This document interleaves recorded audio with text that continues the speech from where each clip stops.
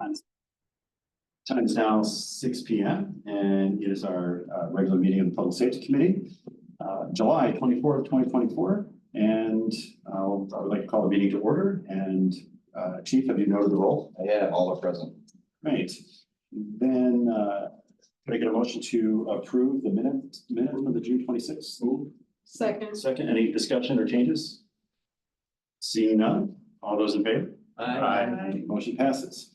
And do we have any appearances? Anyone online to appear? And nobody has registered. No, and no one's registered. Moving on to unfinished business, which there is none.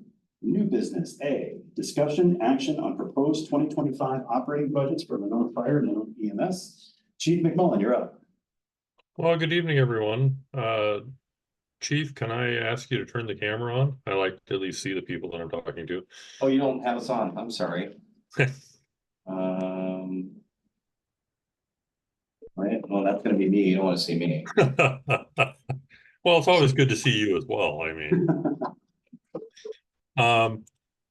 good evening, everyone. Greetings from sunny Minneapolis.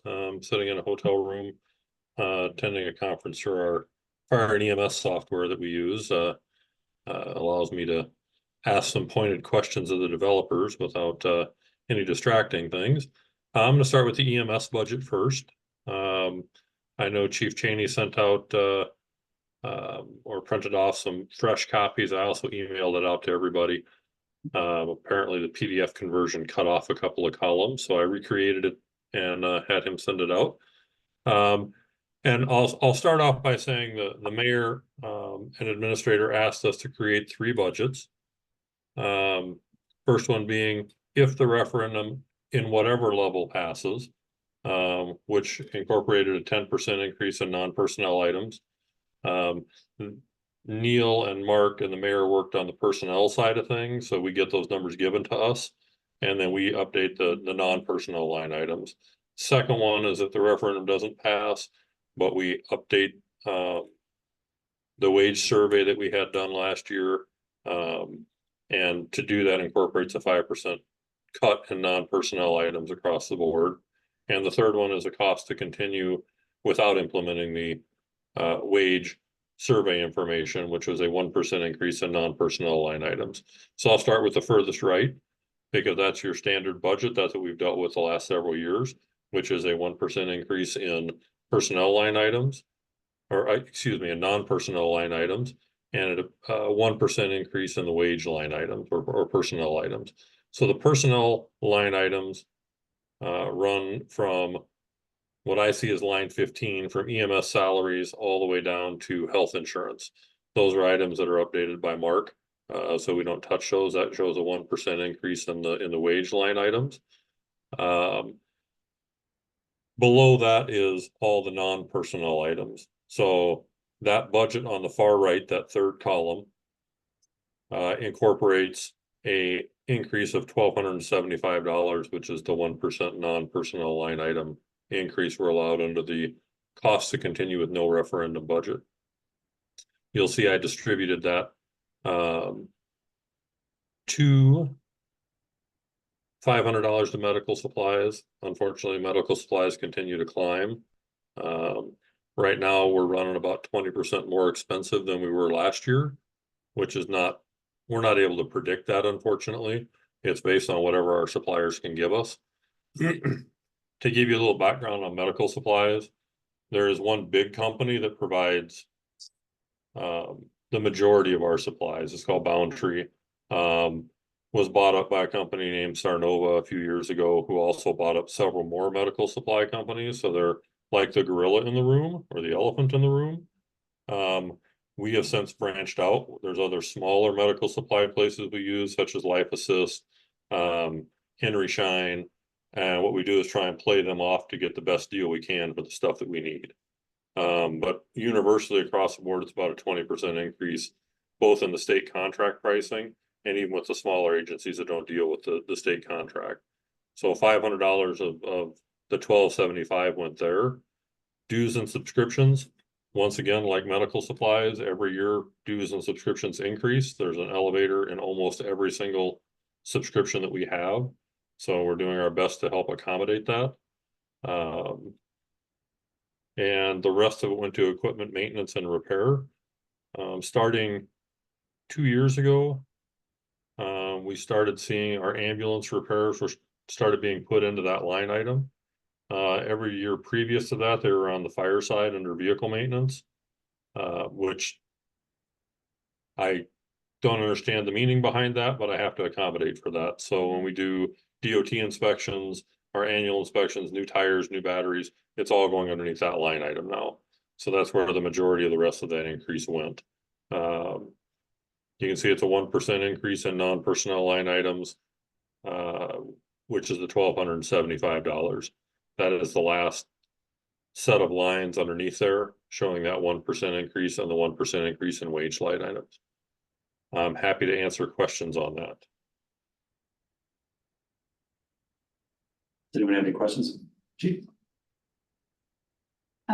This goes back, but what jumped the dues and subscriptions in 23 from 22? I will be political and say that a check that came in was not applied to the correct line item. So what happens is our PCR software, which is the conference that I'm out here now, today, we're part of a 3-agency consortium between Deer Grove EMS, Oregon Fire and EMS, and ourselves. So we have our own server. The portion that got paid in from Oregon got reassigned, I believe, to the general fund instead of to that line item, which is about $5,400. Gotcha. Any other questions? Comments? What's the medical director? That is the doctor that allows us to operate. So every paramedic or EMT agency has to have a doctor that allows us to operate underneath their license. In Dane County, we have 2 choices. We either have MEP, who we currently have, which is St. Mary's based, or you have the consortium, which is UW based. It's one of those 2. As recently as 7-8 years ago, you could have your own medical director that wouldn't be part of either one of those. They've all phased out or aged out. Dr. Yost was our medical director for a number of years. I believe he turns 89 this year. So when he decided he wanted to retire and we started looking, it came down to one of those 2 choices. That $17,500 is actually the cheaper of the 2 options. UW Consortium to buy into their medical direction team is $50,000 base fee annually. Annually, okay. Wow. The benefit of MEP being our medical direction is our main medical director is Dr. Cronenfeld, who actually lives in the city. Cool. So she lives on Winnequa. They're very involved. She's at the station multiple times a month. Good example I can give for such local medical direction is the 353 Owen Road fire. She came on her own. We saw what a big event, and I actually worked with Heritage. She actually came and actually hand wrote prescriptions for all the folks that had to flee their apartments without their medications. So she worked with them and hand wrote, I think, 62 prescriptions so they were able to get their medications, even though they weren't able to get back into their apartments. So it's real benefit having the local medical direction. Thank you. One more question, concern, I guess, do you have a concern with the overtime? Already exceeding budget, and then do you think that future budgets have enough planned in there? I will say from a public safety standpoint, we can never plan on enough overtime, but in this case, overtime is over roughly 290% over budget. Simply due to the fact we were 2 positions short for the first half of the year. That has been wiped out or equalized with the lower full-time wages, benefits, all that. So it's actually a wash at this point. And the 2 alders will see it in the monthly report that comes out with this next council meeting. Starting September 1st, all the minimum staffing overtime that we've had in the first half of the year goes away as of September 1st. One of our new hires is in a position to start moving to a flex schedule. So from September through December, all of the gaps are covered by our flex schedule. No. So there'll be no minimum staffing overtime. That's good news. Small good news, but it is good. Yes. I did have a question for you too, which is looking at the health insurance, the health insurance, like looking at it increasing from 2021, 2022, 2023, and then we've got 2024, 2025, 2026, and we've got that budgeted as being flat. That is a misnomer from Mark when he sent us the sheets. Those are all 24 budgets. Okay, gotcha. And for All those that aren't aware, those rates are set by the state. Yeah. They tell us whatever our increase is going to be, and that's what we factor in. But there's always an increase. I have never seen a decrease. Correct. Or it stays the same, no, so. All right. Any other questions, Chief?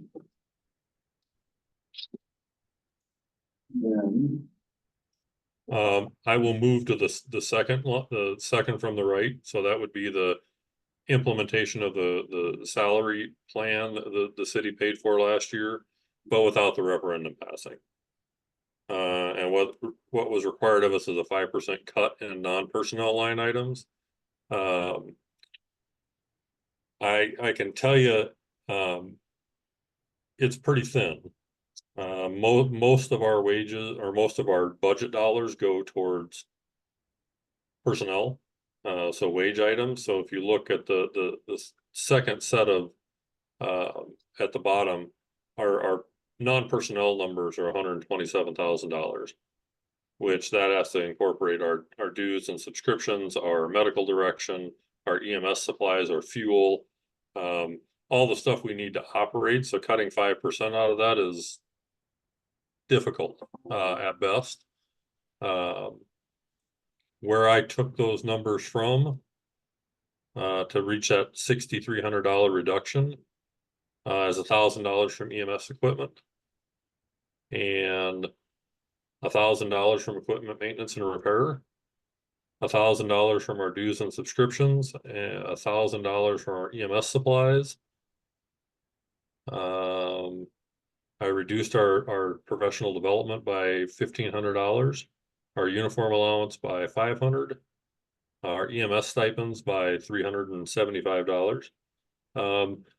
All of those items, again, professional development, it looks like a large number. It's $14,000. That is the line item that allows us to provide the training for all of our paramedics to recertify in-house. So all the trainings we do in-house, anything that is budget wise comes out of that. So all of the items that we have there are non-personnel line items are things that we need to run. The uniform allowance by contract, we're required to give $600 per full-time member per year. So $300 of that per member comes out of that, which is $2,700. So reducing that down to $3,500 leaves $800 in uniform money, which I need to use to equip 39 volunteers. If they tear a shirt, if they tear a pair of pants, I've got to be able to replace that. But there's simply not any other place to cut. Medical direction, I can't cut. We're under contract with that. 17.5 election. Fade it out a little bit, Jerry. I'm not sure if it's on our end or what. Just to volume your picture's fine. Maybe I need to use my There outside. you go. That's good. I'm sure my neighbors in the hotel won't mind if I use my outside voice. Medical direction, I left the same, but I can tell you there's a 2% escalator in that contract every year. That's a contract item. Medical supplies, again, similar to health insurance, I have never seen medical supplies decrease. They always go up. We can, again, try and do some increased smarter buying. We may look at doing some group buying with the two agencies that we share our PCR server with, something where we can buy in bulk and share it out. But you're talking $1 and $2 and $3 savings, but we'll do what we can to reduce that cost as well. Dues and subscriptions, I will do my best. But again, when it comes to these line items, there's simply not a lot of places I can cut. equipment and maintenance. I will tell you a set of tires for the ambulance. So every year, one ambulance gets a set of tires. One ambulance gets a new set of batteries. So it's every 2 years based on our call volume, the miles driven, that sort of thing. What I did to reduce that is we're going to remove, we have snow tires we put on our ambulances due to the hills and the interesting roads that we have here in Monona. We're going to eliminate snow tires.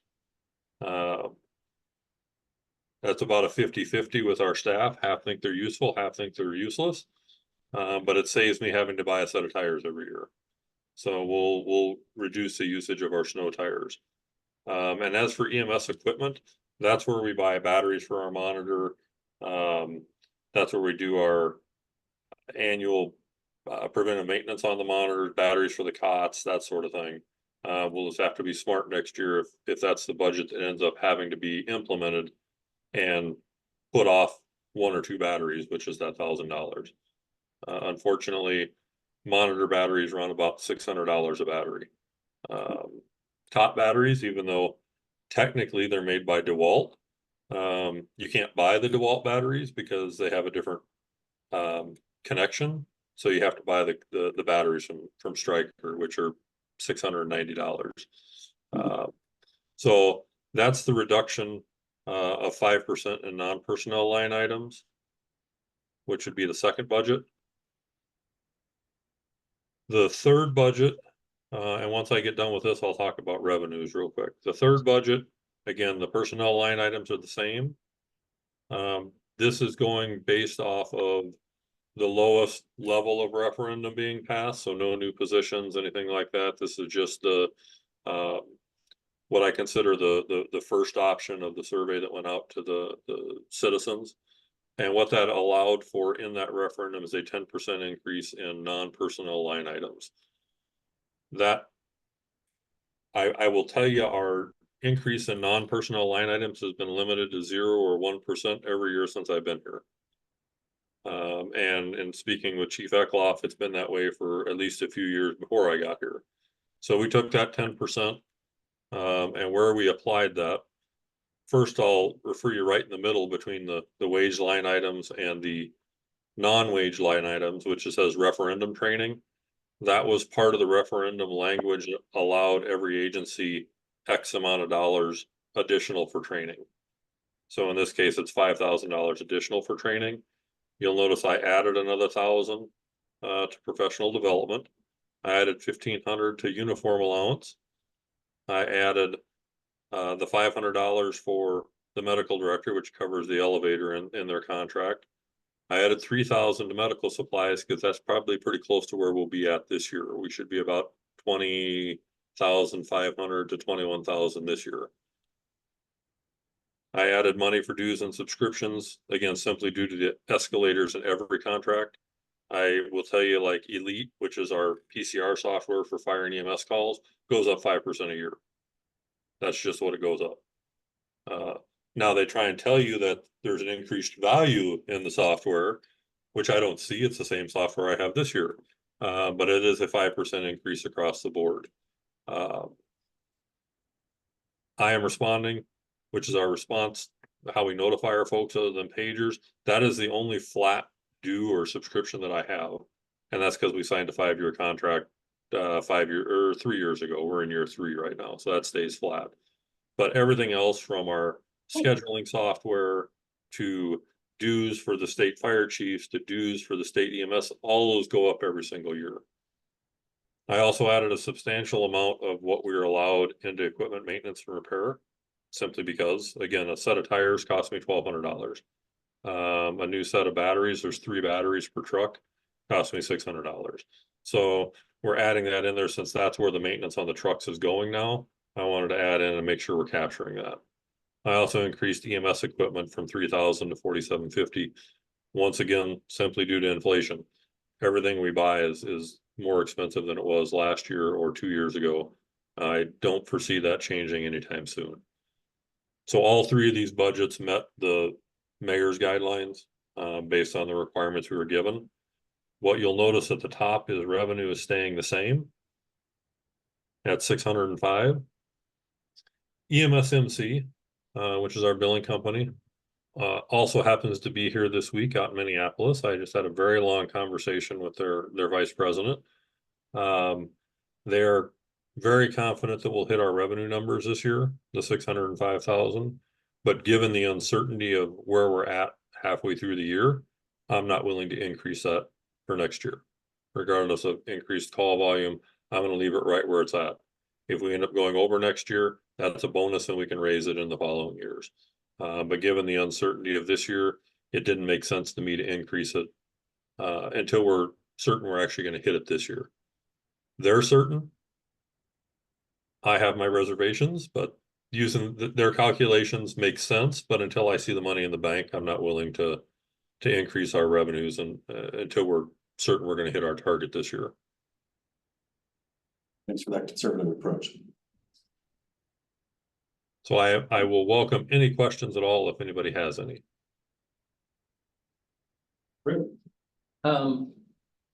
You know, once you've explained it, there are things behind these numbers that don't read immediately, like with the medical director, there's a 5% ladder increase. Can you use Excel to put a little note in there for this and others that kind of So help people read this and know that you have this imperative to put a budget together that's a minus 5%, but you have some real life things that override that to some extent, or at least conflict with that. yeah, so when this comes to council, there are narratives that go along with this. Okay, Given the tight time frame we were given for the 3 budgets, I don't have those put together, which is why you don't have them in front of you tonight. But okay, we'll have them for the council meeting. It's 8 or 10 pages worth of explanation behind each line item. okay, And also where it pairs up with the fire budget. So it gives you an idea of, yeah, there's this, which is the clothing line or uniform allowance is one example of that. Where our uniform allowance is $8,000, but it's split 50% between fire and 50% with EMS. So those narratives explain that. And so, yeah, so it's more of a joint line item, but it's split 50-50 between fire and EMS. So those will be available for council, but again, given the tighter timeline we were given for budgeting this year, I simply didn't have the time to get those ready in time for this. yeah. Yeah, because I can't say I'm very comfortable with the idea if you're not having snow tires when you need them.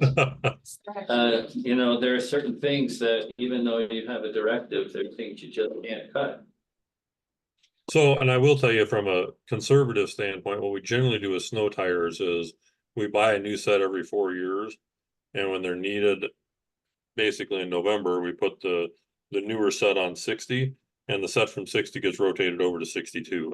And we age out the ones from 62. So we're buying a new set of snow tires every 4 years, but a new set of regular tires every 2 years, one for each ambulance. Okay, They wear so out pretty quick. it's just not in this budget, that's what you're saying. Correct. So that's one of the things that we can push a year.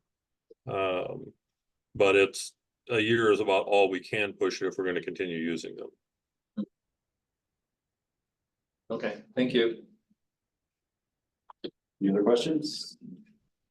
Comments? I have one question. Sure. And this is maybe just me getting used to it. So I understand why the property taxes would increase with the referendum. But why do they change between the cost to continue and the comp plan increase? Wouldn't those both be no referendum passes? Yes, but the budget that's in the middle, we're implementing the wage survey that was performed for the city. So we're cutting non-personnel costs, but the personnel costs are increasing by whatever amount that Mark put in there. I believe he put in 1%. So that third budget cost to continue, it's going to be higher because there's no 5% cut. It's a 1% increase in non-personnel line items. It's the same amount of tax to the city, but not necessarily the same amount of revenue passing through to the fire EMS. Gotcha. Correct. So it's a $7,600 swing between cutting 6,300 off that middle budget and adding 1,275 to that third budget, which is the difference in the property taxes. Thank you. Any additional questions? All right. Thank you, Chief. Motion for the EMS. Yeah, and then do we have a motion to recommend the budgets to council? Or the EMS portion? Second, Second. any further discussion? Do we not have time to do 2 reads? Is that right? I mean, we will do 2 reads at council. For the budget, yes. Okay, Yeah, so, all right, I thought I saw a note from Neil suggesting there'd be 2 reads at committee level. The committee so chooses. I think the first, capital, review, the committee opted not to. So I think it's okay. yeah, there'll be 2 reads at council, so. Right. And that's when most people pay attention to what's going on with the budget. I'm fine with it. Yeah. Great. All those in favor?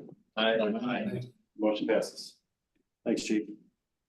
Thank you. I will move on to the fire budget, which is actually quite a bit simpler. There's no revenue component. Same 3 style of budget, same referendum, no referendum, but the compensation plan being implemented, and the just the cost to continue without the compensation plan. You'll notice the cost to the city is very similar on the latter 2, because there is no revenue to speak of. This all comes out of the general fund. So I'll start again with the rightmost, which is just our normal cost to continue with the 1%. I believe they put a 2% on this one. I'm not quite sure why, for personnel, and a 1% on non-personnel. Again, personnel numbers come directly from from Mark and from Neil and the mayor. So we'll start with line, again, 18, professional development is the non-personnel stuff. Regular cost to continue gives me $645 as a 1% increase in non-personnel line items. So the only real changes on that is a $200 increase to fire equipment, a $245 increase to PR materials.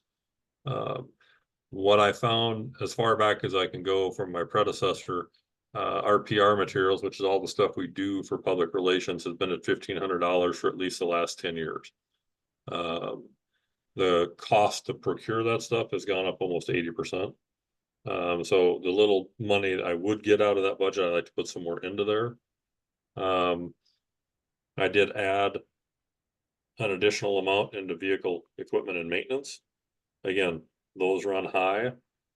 I can tell you engine 2 right now is out at Reliant getting its annual DOT inspection. It's full check over, the pump test, all that.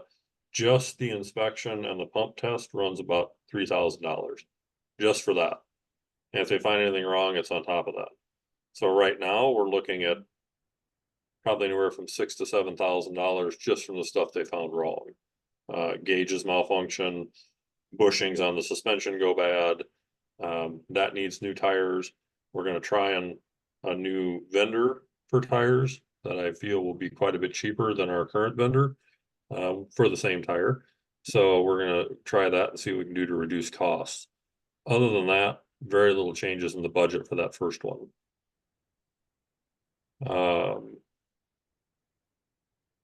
Second one, again, implementing the compensation plan, but no referendum passing. So a 5% cut in non-personnel line items. You'll notice on the fire side, it's only $64,000.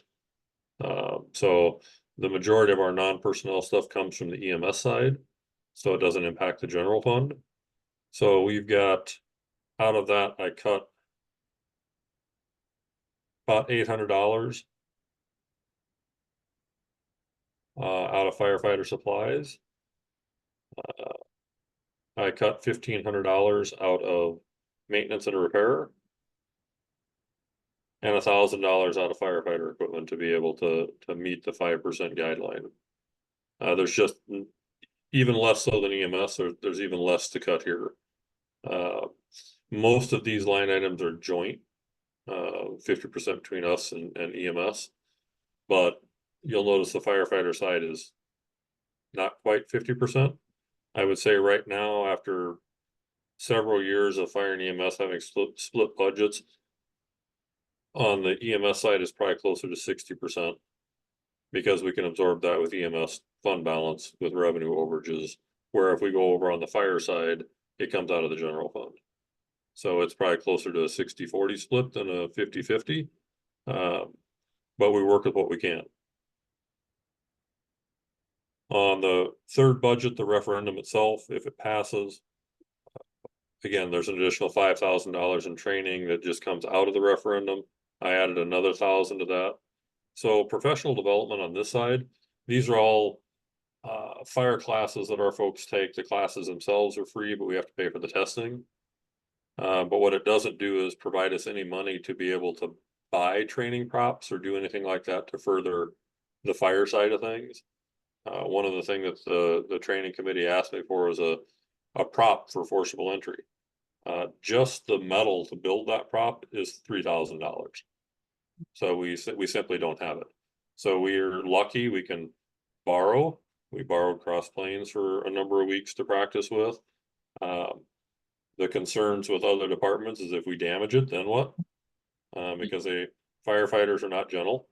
You tell them to force the door, they're going to force the door, whether or not it damages the metal or not holding it together. So that's why we increased that budget should the referendum pass. Uniform allowance went up the same amount as EMS. The firefighter supplies goes up a bit. Equipment maintenance and repair goes up a bit. PR goes up a bit. And firefighter equipment goes up a bit. And the remainder of that got put into the Length of Service Award program. For those that aren't aware, all of our volunteers are participants in the Length of Service Award program, which is something established by the state. For everybody that's active, that meets the minimums every year. PenFlex actually runs it for us. But what that does is the state gives each member a certain amount of money.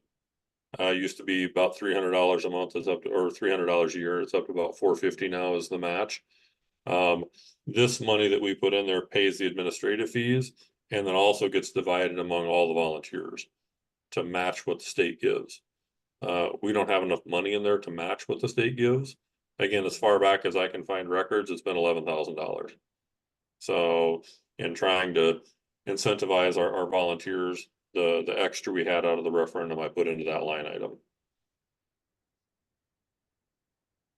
Other than that, this one's pretty self-explanatory. Again, it met the guidelines for what we were given.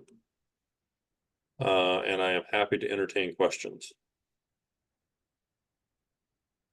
Oh, I will add one thing. What you'll notice on the referendum budget is the firefighter paid on call, fire and EMS coverage, POP, those get combined. There's a $50,000 increase due to the referendum that allows us to rework the POP program. Council will see this as part of the narrative that'll come forward with the budget. We have a plan in place for how to utilize that. But if that referendum goes through, we're also eliminating the EMS stipend on the EMS budget. It all gets built into this because we treat everybody the same, whether they're firefighters or firefighter EMTs or EMTs, it all comes out of the same pool of money. So we took what was budgeted in the referendum and rebuilt the program. So if it passes, I'll have the details for that. I've got the outline of it built. I just need to build the narrative to go along with it. So that's the big change on the wage line item, is the POP and POC are being combined. Any questions for Chief?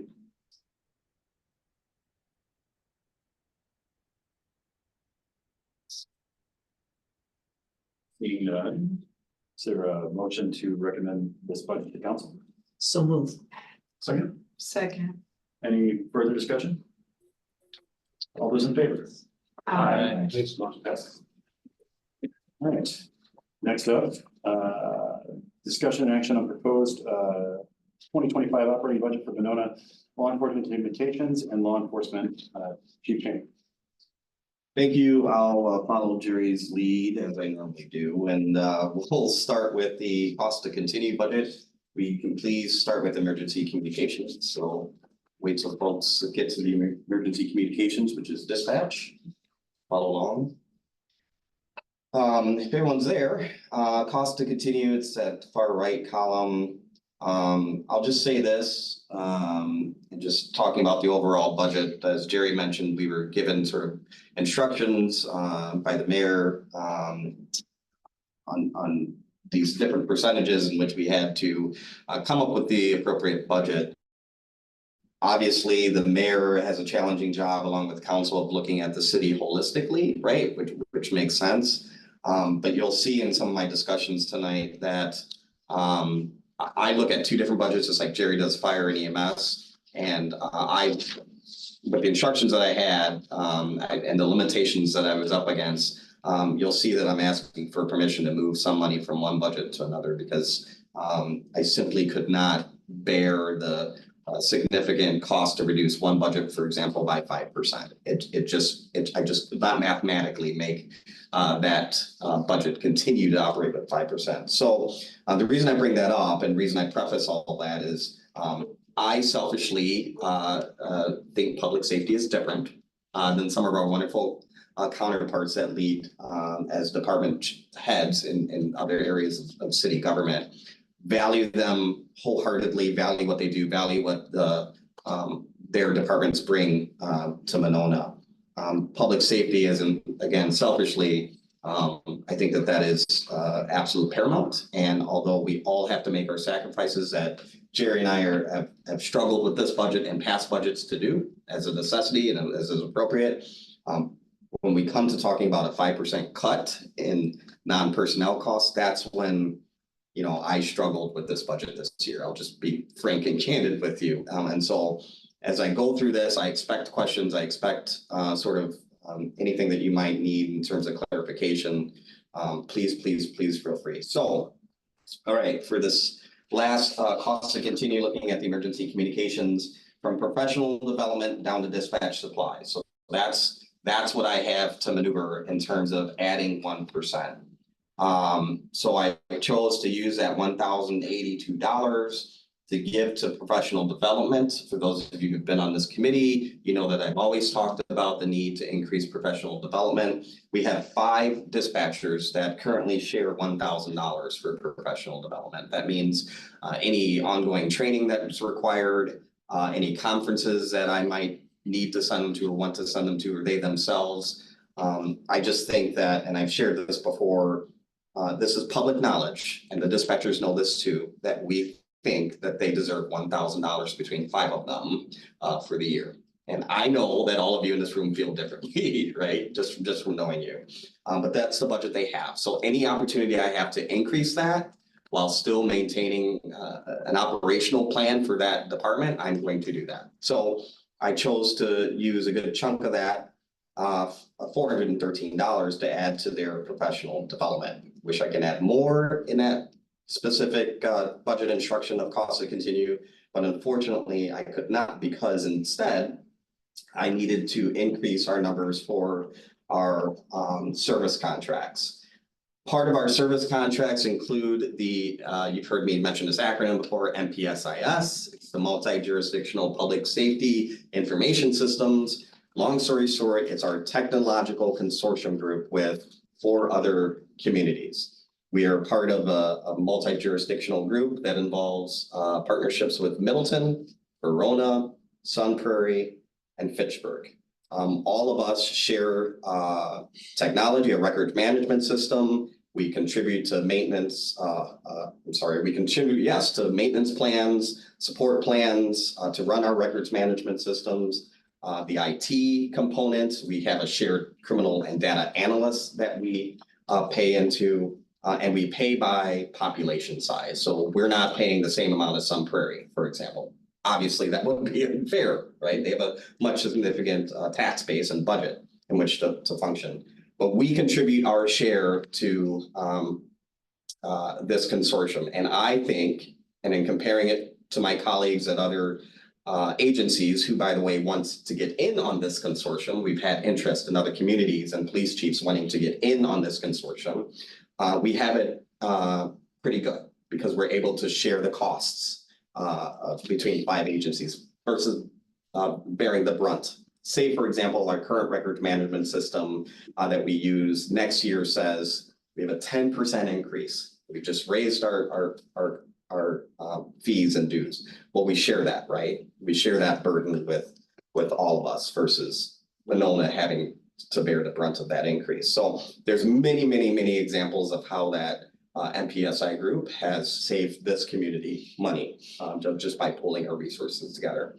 Hardware replacements, when we look at things such as the hardware we utilize, we set aside money and pull together and eventually divide up proportionately things such as certain hardware that we utilize for the technology that we use. So I can break down some of the questions if anybody has, what specifically we utilize within MPSIS. I have a whole list of all the software and et cetera. There's about 20 plus items on that list, include antivirus and all the things that we need to run a safe and secure system. So please feel free to ask questions about that. Otherwise, I'm going to move on. The reason that there's an increase, I will say that we have a budget savings from this year to next year with our MPSIS budget because we didn't have to allocate for a certain line item that we previously had to.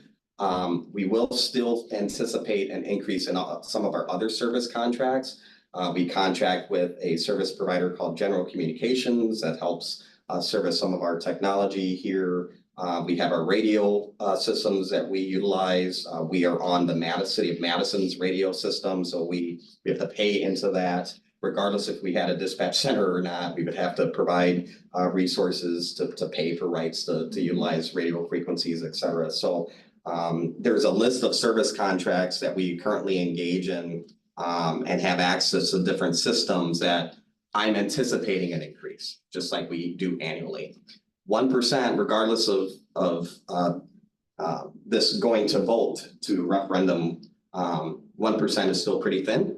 And I am sort of just fingers crossed that utilizing our savings from our MPSIS budget this year, that'll help compensate for whatever increases outside of that group contractually that we're obligated to pay if we're going to continue to keep that system or that service. So I'm seeing some head nods here and looking up at Jim to see if he has any questions. That's all I have on that line item or that group, that row, I should say, for the 1%. Questions? So if the referendum passes, you're going to add 5,000 to professional development. Yeah, so let me, if I can, Alder, so I was just explaining the 1%. I'll move on to the comp plan. Okay. I was just trying to follow Jerry's Okay, plan. we're gonna go. Yeah, we'll go row by row, column by column, I should say. Okay. So for the comp plan, and again, that's just the comp plan, that was the directive of reducing your non-personnel budget by 5%. There's no way, I spun around for about a week just trying to do the math on where I can take cuts from. We could not function other than me voiding dispatch of all of their professional development, which would still not help us in getting to that 5%. And then taking away all of our dispatch supplies, which I don't know, beg, borrow, steal potentially. And not steal, it's against law. And yes, right, sure, since it's recorded, it's put that on record. Taking away from any criminal records checks that we do, and we do the criminal records checks for licensing. So it's part of the process. So if the city wants to do away with that procedure in which we're giving licenses to applicants who are selling beer and liquor in town, and you do not want the police department to do a criminal records check, that's at the city's wish to do. But the fees in which we incur as a result of criminal records checks often are from those checks that we do. Chief, aren't we charging the applicant for those fees? We are, and it's coming by way of fee. Sarah, did they take, I'm sorry, Assistant Chief Newman is here, nicely so. To to weigh in on some of these questions, because she handles a lot of this from that side of the house. Did they completely eliminate that from our budget, Sarah? I'm sorry, my dog is. I'm sorry, we're talking about the criminal, No, I know what we're talking about. I just hope you can hear me. We can hear you. So my understanding is with some of these applications, they can only charge a set amount. I think it's $7, isn't it, or something like that? We get charged $7 Yeah. per person that we do a background check on.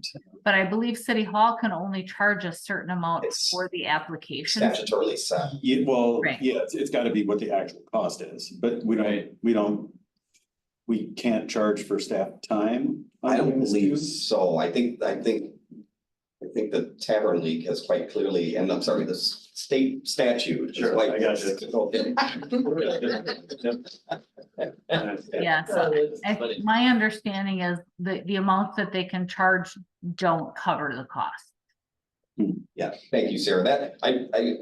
Sarah offered to be here and I said, I think I got it. No, thank you, Sarah, for being here because she helps double down on what my impressions were. So that's exactly right. It's not covering all the total costs of these. And we dozens and dozens and dozens of these checks throughout the year that we do. And it's not just for, bartender's license, it's for your application for, to vend in the city. So there's vendor's licenses. It's any license that comes before the clerk and has to go through the ALRC or license review committee, I should say, that we end up getting that background and do a criminal check for that individual.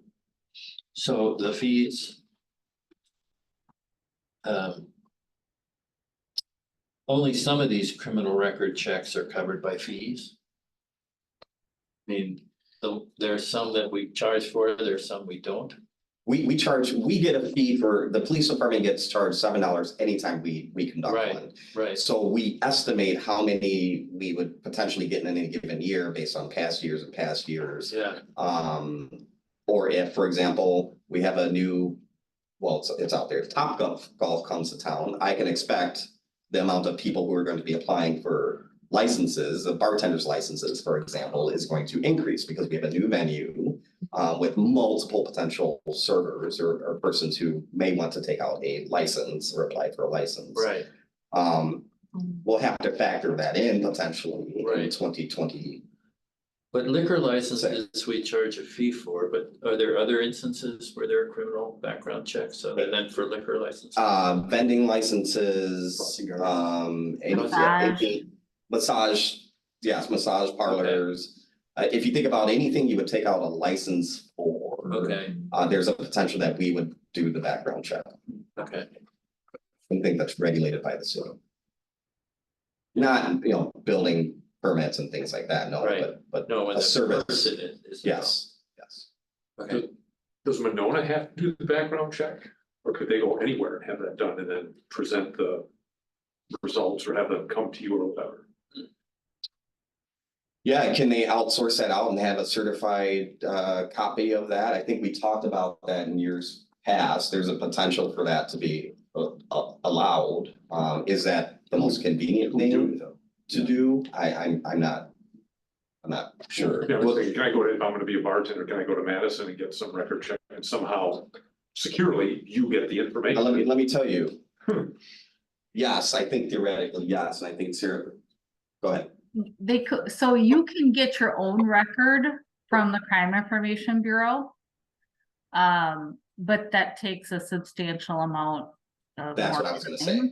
marketing. So that person could bring that to us, but I mean, I think, I don't know the time frame. I know when 20 plus years ago, I hate to say it, when I had to do it to apply to the academy, there was, I think, a couple weeks that it took. Maybe that has decreased in time now. I don't know that for sure.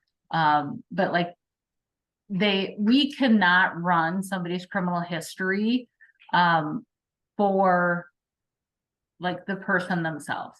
It's not authorized, it's against the rules of our time system agreement. So Madison could not run somebody else's history on our behalf. Okay.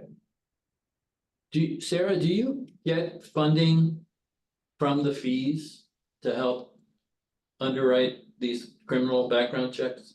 I don't think what they get, like I said, is enough to cover the fees. I have never seen any of the amounts that they've collected from these licenses put back into this account, Correct. set it. There's nothing that ever comes back to our budget. Right. So we don't know what Yeah, they collect to offset. It seems like that's $7 should come back to your budget to be. I would agree, but I believe that this is what the dollar amount in this operating line is supposed to factor Right. in. right. Theoretically, I would Right. think there'd be some income to underwrite that. Right. Yeah, we'll have to talk about that outside the committee, obviously. Yeah. But it's something to look into. It sounds like both of those are interested in working. Perfect. Yeah, well, and I will say to Sarah's point, we do have one of the benefits of having a dispatch center, and dispatchers are certified to, and because they've gone through the training and the qualifications to run these checks, for example, and have access to the system, is that our turnaround is very, very quick. And so then you're potentially talking about a cut to service that we currently provide. And think about, at risk of sounding ageist, but a young, a person applying for a bartender's license for the first time and just having to work them through just the application process here in Monona can be sometimes challenging. Now, if you navigate that to say, well, you've got to get it from this person, and if they even do it for you, and then having to wait on it and then having to submit it, and it's got to be we might require that it be, I don't know if the city might require it be notarized or something, or have some sort of certification to prove that it wasn't altered and blah, blah, blah. So, I'm not saying no, that isn't an option, but I think it'll create some, yeah, it'll be more complicated. And why would Madison want to do it for us? Yes. That could Unless be they're- messy. Unless they're charging more or whatever, maybe they're, I don't know. Yeah, and again, you can't profit off of it, right? So it's gonna be potentially a burden on them. But just, anybody's interested or not, you get audited if you, whatever, I'm time certified. So you get a list saying, why did you run these people? Correct. Okay. So, I can't run Governor Evers. Right. Otherwise, it's gonna be flagged or whatever, or just anybody. That's I run a good. bunch of people, but it's a tight system. I see. So even record retention on it, you gotta get rid of stuff. You can't keep it stored. Mhm. So back to, very good questions on that, and back to my sort of where am I coming up with this 5%, which is $5,412. I needed to give to our service contract, as I explained, necessity, so I reduced. We will not be doing these checks unless we find the funding elsewhere for these criminal checks. I am not, unless the council can do it, bless you, I am not taking from our professional development. Or this body, bless you, I am not taking from our professional development. And in our dispatch supplies, Sarah will yell at me later, but I will, we have decided to take from that and figuring out what we can do. But where I am taking from is from law enforcement. $3,881 is gonna be my recommendation, and that's actually gonna come from fuel, which we will talk about in the next column. Real quick, Chief, before we move on. Yep. As far as those fees go, can I ask you for, and the Assistant Chief, to provide me or the committee with some data on what it actually costs us to run those checks? Yeah, That would be a useful. our fee schedule is point of data. our fee schedule is published, so. No, I mean, with the labor to do it too, like the additional costs, Okay, And how many you do? yeah. I don't know so we might have to reach out to the clerk's office, because we here's my job. I go to check the mail every day, I get a stack of applications and I submit it, so we might have to audit our own system to see how many checks we do, Sarah. I get a monthly bill, so I could tally how many we do in a year period, but I do know that they are $7 per check. Yeah, So another 7 per that's- check, but then that doesn't include, that's just the fee to do it. Right. It doesn't electronic include fee. staff time, but the Yep. staff, it would be hard to include them because they're already there. On duty. They're already on Oh. duty time, they're not, you know. True, called but in there's, to do it's them. still time that's spent on that Right, activity. right. So I guess that's, You figure. Even if it's an half estimate. Hour per check or whatever. yeah, even if it's an estimate about Sure. how much staff time goes into it, it would help us. Yeah, the fee schedule should reflect that. Yeah. However, I think just going back to Assistant Chief Duman's point, I think that it's a lot more rigid when you come to liquor licenses. Mhm. I'm pretty sure that it is a lot more rigid in what the maximum fee you can charge in terms of liquor licenses. Yeah, we might have flexibility on some of the other, like massage parlor fees, et cetera. But I'm like 90+% certain that Okay. it's pretty strict on liquor license fees. Well. Yeah. But it's worth looking into. Yeah, sure. Anything to add on that, Assistant Chief? Nope, I think that's everything. Okay, and Sarah doesn't yell at me much and just it's funny. Okay, so the next column is if with the referendum passage that provides $10,823. So here's where I talked about sort of give and take between the two budgets, between the law enforcement budget and the dispatch budget. Dispatch, they, in my opinion, do not necessarily need an additional $10,823. And the need I've identified is on the law enforcement side. So I have transitioned, or my proposal is to transition of the $10,823, $3,123 to law enforcement. And you'll see that when I talk about law enforcement. So subtract 3,123 from 10,823. That's what I'm left with to provide professional development with additional $5,000. That gives each dispatcher a little over $1,000 each for professional development. Remember, they were sharing 1,000 total between 5 of them.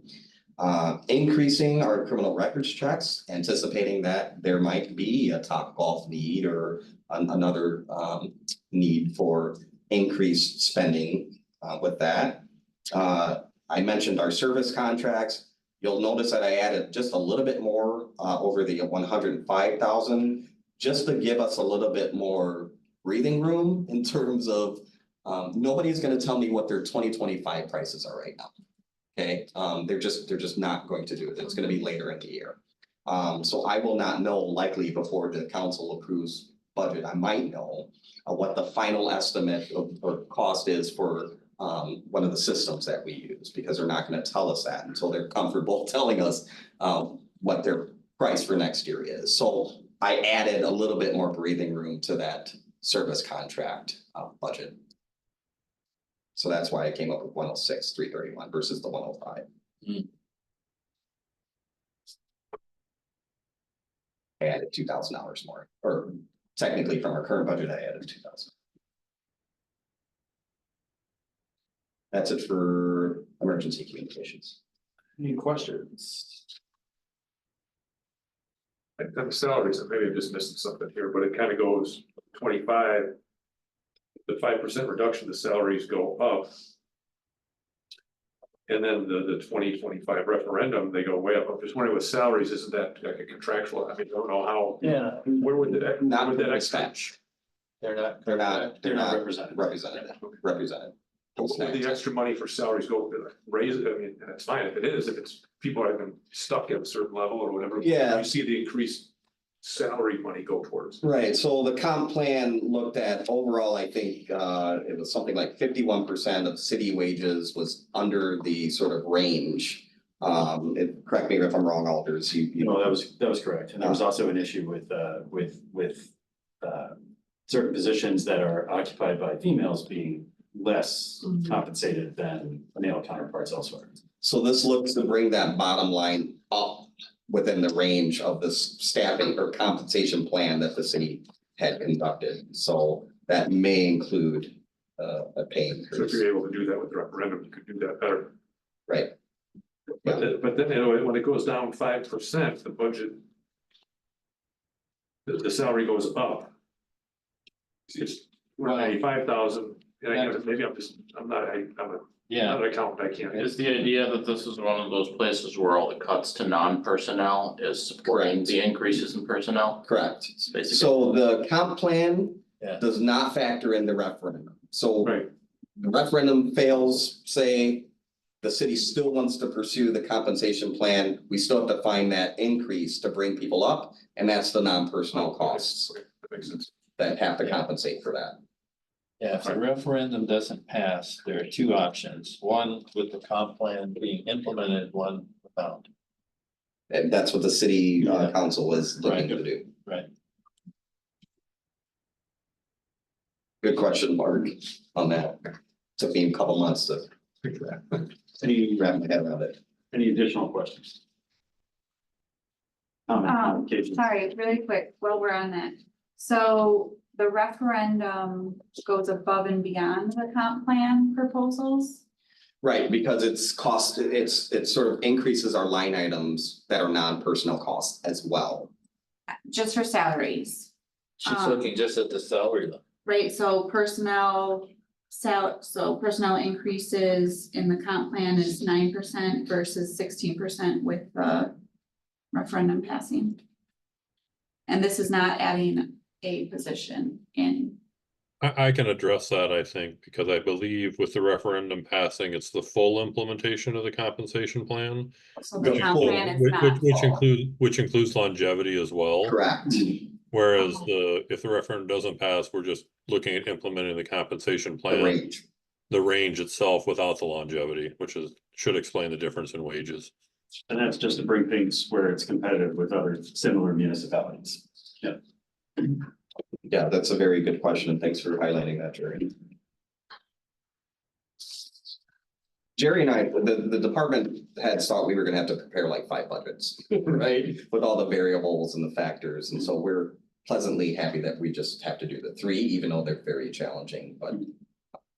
Yes, so ideally, with the full referendum passage, with everything that city staff has recommended to council and council, we don't know what that question is yet going to be on the ballot, but if it was sort of what staff has recommended would be the full implementation of the compensation plan, which includes longevity to help with retention, et cetera. That's the number that's factored in to that. And maybe you guys know this, but did every budget get the same 10, -5 and 1%?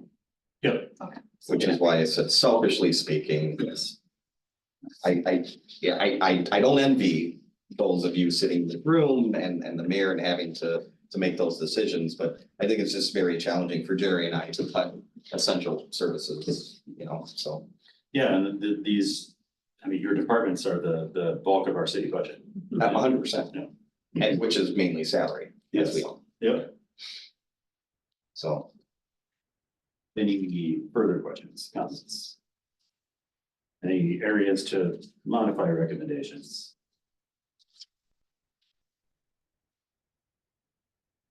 Right, seeing none.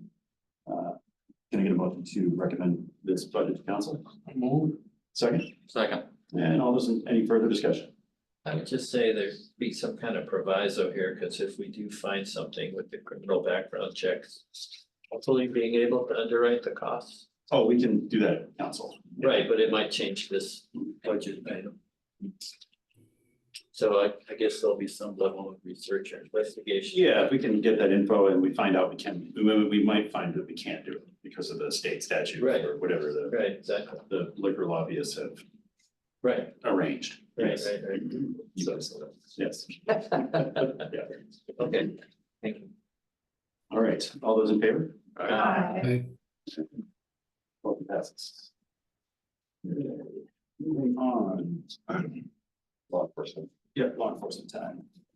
Okay, thank you. Starting again with the far right column, that's the cost to continue.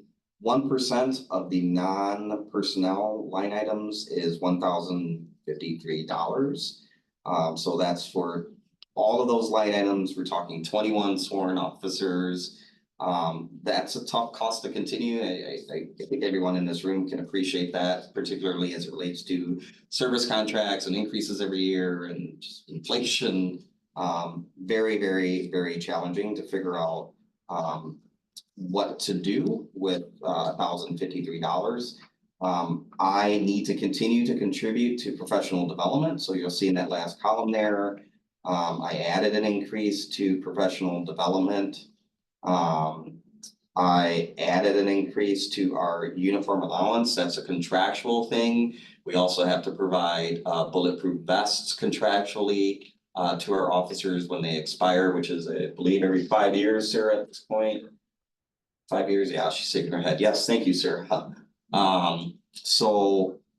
We have, and that varies year from year. So some officers, depending on when they started, you know, will have a lot of officers that need it, and then some years we won't have as many officers that need it. 5 years. So, but this also includes things that we need to replace uniform items potentially as well.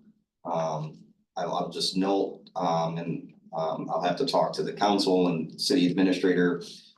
My uniform is not included in any of that. I'd rather my staff get it, but at some point, for example, when the referendum passes, everything I'm wearing, I do for this city. So yes, we will have to have a conversation about including the chief of police in that uniform allowance.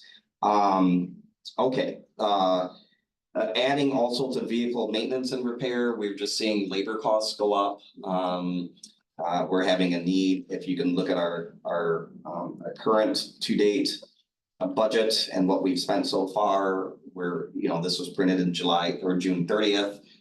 We're already sort of penny pinching there and using super glue quite literally on vehicles to hold things together. So we're just seeing an increased need. So I'd like to add to the vehicle maintenance and repair budget.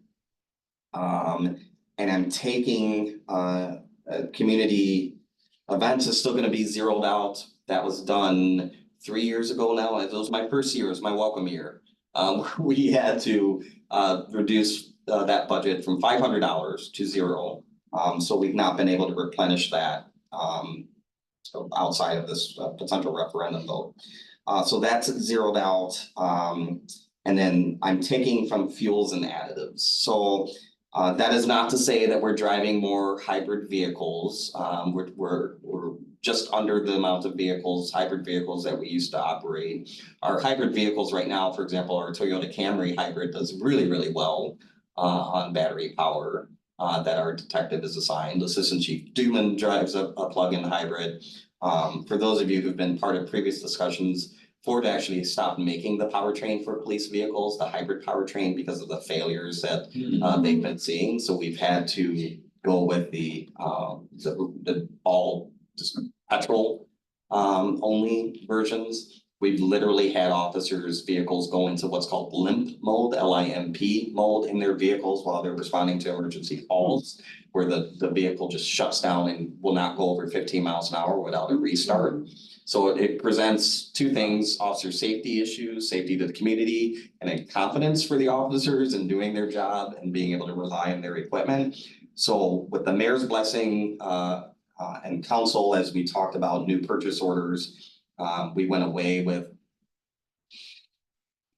acquiring hybrid vehicles from Ford until they've sorted out. And I think that they will. It's just going to take some time for that technology to sort out. So why am I reducing it then if we've not added more hybrid vehicles in our fleet? Well, I needed the money to come from somewhere. And so how am I going to compensate? By reducing from fuel. These are one of the many, many difficult challenges that I had to make and sit and talking with staff and figuring out what to do and how to come up with some of this funding. Unfortunately, that means that our cars are going to have to sit and shut off. We're going to be, I'm just going to be completely candid with you, just hoping persons who commit crimes aren't listening to these types of meetings, but we're going to be parking our cars and we're going to be turning them off when officers probably should be doing directed patrol and have been doing directed patrol or security checks or using their vehicles to patrol our community, which has caused a decrease in burglaries. I'd like to attribute that to another crime.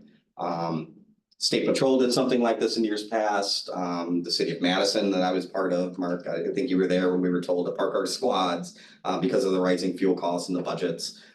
This is something unfortunately we're gonna have to do. If I'm to be kept within these budgets, I'm just going to have to direct our squads and our officers to park their, not all the time, right? But I'm just gonna have to take a very sharp look at how we're running our vehicles now and then strongly direct some of these proactive patrols to go down.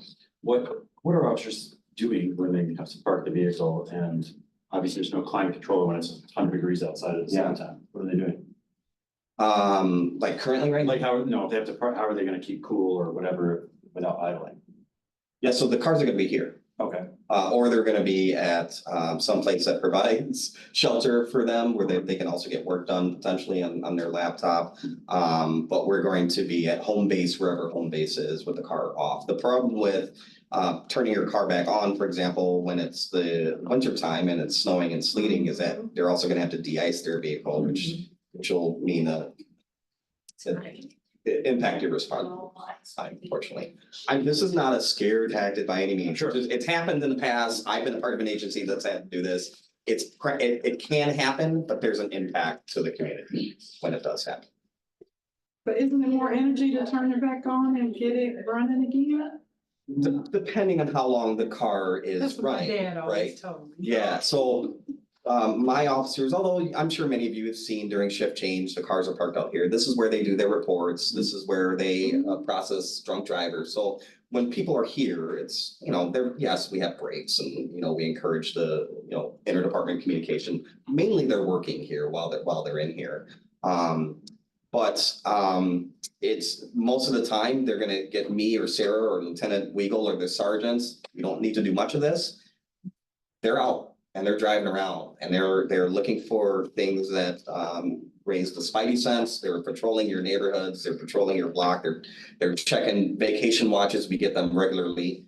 People registering that they're gonna be on vacation, they're checking to do those. And I brought up, just by way of an example of last month, we conducted 77 security checks last month. So that meant we were out there proactively doing 77 checks on either somebody who registered as a vacation watch or a business that's been known to be frequented by, less than savory criminal past history theft individuals, right? Or have been victims of burglaries.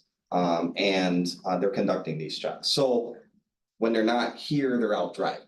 Right. And driving is obviously gonna, consume more gas and we're gonna have to fill up more. Just sounds like a recipe for disaster. Well, it's proven not to be necessarily a disaster, but we certainly will see the impacts, right? also seems like one of those cuts that's gonna end up not being cut because you're gonna use fuel anyway. Exactly. You know what I mean? And then we're just gonna come back and we're gonna look at, I don't know how everybody else feels, but I would be opposed to putting that money back in the budget. Second. Cause I feel like it's But then you have to take it somewhere else, right? he did what he was supposed to do. I'm following orders, not being insubordinate, so if I'm told where am I going to cut it, this is the most viable solution as your police chief that I can come up with, that's going to keep us continuing to provide the service that we're continuing to provide, with the exception of the fact that you're going to see an impact on directed patrol security checks and like traffic and proactive traffic. Do you think because of that, they might come back at the professional development again? That is entirely at the will of this government and the elected officials, but what I will say is that that's going to have, in my opinion, even more of an impact to this community. Because you're potentially going to see officers looking at the exit, Yeah, right? yeah. Not only that, you're risking liability if we're not training our officers and giving them, I wouldn't touch that either. Good, thank you. So to your point, Alder, I think my argument to my colleagues whom I love so much in other departments, I'm saying take from them. I'm saying, yes, I should play a role and we should look at cuts, which I believe I'm doing here, but we should also look at, should we take the same amount from the police department as we should some other departments? And that's, I think, a alder person and mayor decision. I know it amazes me the number of traffic violations I see. Speeding, running stop signs, guy ran a red light in front of us yesterday. Good thing Mary Ann was driving because she's more cautious than I am. Doesn't use her sign language. I get those, thank you for mentioning that, Larry, daily. I get the complaints daily, and as I mentioned to council, it's a sign of more work to do. We've got more work to do to address that. If my complaints daily are parking and traffic, which I sincerely think that traffic and those violations can, you know, you can kill somebody, you know, doing something like that. Those are important. But I'm also not getting calls on shootings. I'm not getting calls on burglaries. I'm not getting calls on robberies. I'm not getting calls on some of these other significant events because I believe your police department is doing a good job of addressing those issues. Now, we still have more work to do, which is why I'm asking for a dedicated traffic officer that's not necessarily tied to the radio like your patrol officers are and are stuck doing an emergency detention, albeit necessary, but they're not on your roads patrolling. Right, when they're doing that, a dedicated traffic officer would not necessarily be tied to the radio and would not necessarily be call driven, that they can be more proactive. I want to be one of those communities where you're not afraid of the cop interaction that you're gonna have, right? That's the worst community you want to be, and I can name a couple probably in this state, right? But I want to I can't do that again. I want to be one of those communities where like, I know a cop sits here. I know an officer is looking at that stop sign. I know an officer is paying attention to the bicycle is gonna blow through this dangerous intersection or not, or if he or she's gonna stop. I'd rather people just be more cautious. And the goal is voluntary compliance. We're not out there to cite everyone. We want people to just be careful. Legitimately, that's with all sincerity, that's the goal here. That's a lofty goal. I think we can get there. I legitimately think that if people know that a Monona officer always sits here, quote unquote, always sits here, the likelihood that they're going to do, especially if it's a road they've traveled before, that they're going to commit that same crime or commit that same violation is diminished. If we have a consistent presence. Oh, yeah, that's true. You were hoping that people would just do it. Oh, I'm not gonna put myself on the job. Yeah, you're not eliminating police in this, no. As much as that's a super lofty goal. Yeah, you're right. There will always be a need. Here's interesting, in the beginning of the school year, we go to Maple Bluff 3 days a week to babysit. We passed the high school. And that first week, you had an officer sitting in the driveway across, and you could just see the red lights coming on, the brake lights coming on. They saw that car. Slow down. Well, one comment I had, if I can. Like I was mentioning to Jerry, there are some things here where you really don't have any leeway, like when it comes to uniform allowance, you say that's contractual. Right. So it seems to me that needs to be flagged, just so that everyone understands that that budget item is what it has to be, and you don't have any discretion in that matter. I think I'm gonna say was that the gas, you know, those are big cuts. That's like 10%, 5% less police presence. That obviously isn't gonna fly. I don't think It the has with some council is- communities, I mean, so that's why I brought that up as an option. Really. I just gave an example of Madison Police doing that. Yeah, and the city patrol doing that. I don't know how much they did it, but there was certainly an order to park your cars and the. Okay. Yeah. 10% just seems untenable. Well, I know that's not your job. Yeah. But the Where am I budget to has to copies? represent some reality to some extent. Yeah. I agree. And I think that so- this is, if you're asking me, where am I going to cut from, I would sort of. I think that's why you hired me, right? The sort of quote unquote subject matter expert, right? Who's talked through these decisions, who's figured out what other chiefs are doing, has done research. And theoretically, yes, we can park our vehicles. I mean, not theoretically, practically, we can park our vehicles. It has been done. And it's had some out of necessity with some communities, hasn't been done mid-year. I think we were mid-year at Madison, we were told, park your cars, we're way over budget. But that will have an impact. I feel like that is more practical in this setting with under these directions than cutting from the other line items. Right. Because that would, So that you're caught between a rock and a hard place. There's, Right. there's nothing good that's gonna be done with the cuts you have to do. Right, and if you recall, I'm actually taking money from the gas to also supplement the emergency Right, communications. okay. It just seems, to pass the budget as it is just doesn't seem responsible. And the other alternative, the other part of that is that there's only a finite amount of dollars, so it's gonna have to come from somewhere else, another department, another agency in the city, somewhere, you know. Every department's feeling that way, though. Absolutely. But what are our priorities? So, I mean, it seems like the general sentiment of the committee is we would not like to see that reduction in fuel expenses. So when we do get around to recommending this budget, the committee can entertain recommending to restore that cut in fuel. You know, and then pass the amended recommendation to council.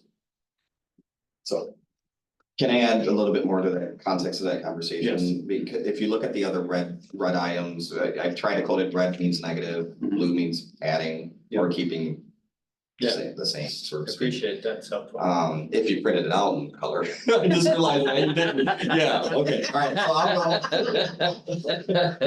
so I'll start the 7,000, so if we look at the line item for police supplies, that's a reduction of $3,000, right? For our current budget. Under that, you look at the operating expenses, you know, from $4,000 to $3,100. Line item under that, the equipment maintenance, you know, that's a tough one because you never know what's gonna go down and we've had to use more than that in the past and we've had to use well under that in the past. And so we like to keep $1,200.50 in there, but I'm asked to make difficult decisions, so I've reduced that to $250, right? Don't you have to get those scanner things recalibrated or something? Something you have to do with those. What scanning things do I have to recalibrate? The equipment that you have to get, they have to do make. So our PBTs, Maybe, okay. yes, our portable breathalyzer. I just like to look at the sheet. Oh, Yeah. then I would, yeah, I just Yeah. know it's something You're that right. has to be done. Right, and that comes out of our operating expenses too, right? When we have to recalibrate our portable breathalyzer tests. Not that I've had one, but We learned about it here. I learned here. You're familiar with them somehow. Previous conversation. Right. But you're right, I mean, so, you know.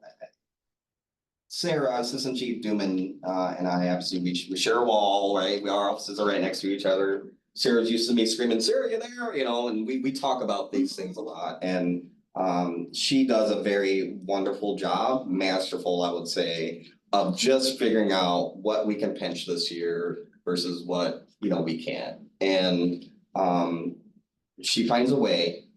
Again, I'd say this if you weren't in the room, Sarah, you know that, but she's masterful at what she does. She has an accounting background, which helps, right?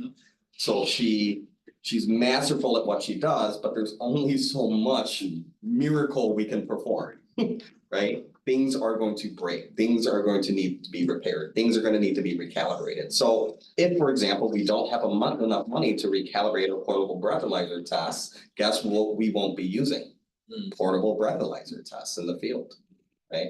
It's just one of those things that's a reality. Yeah, so, and I say all these things because, you know, these are all, we're talking about how difficult these decisions are.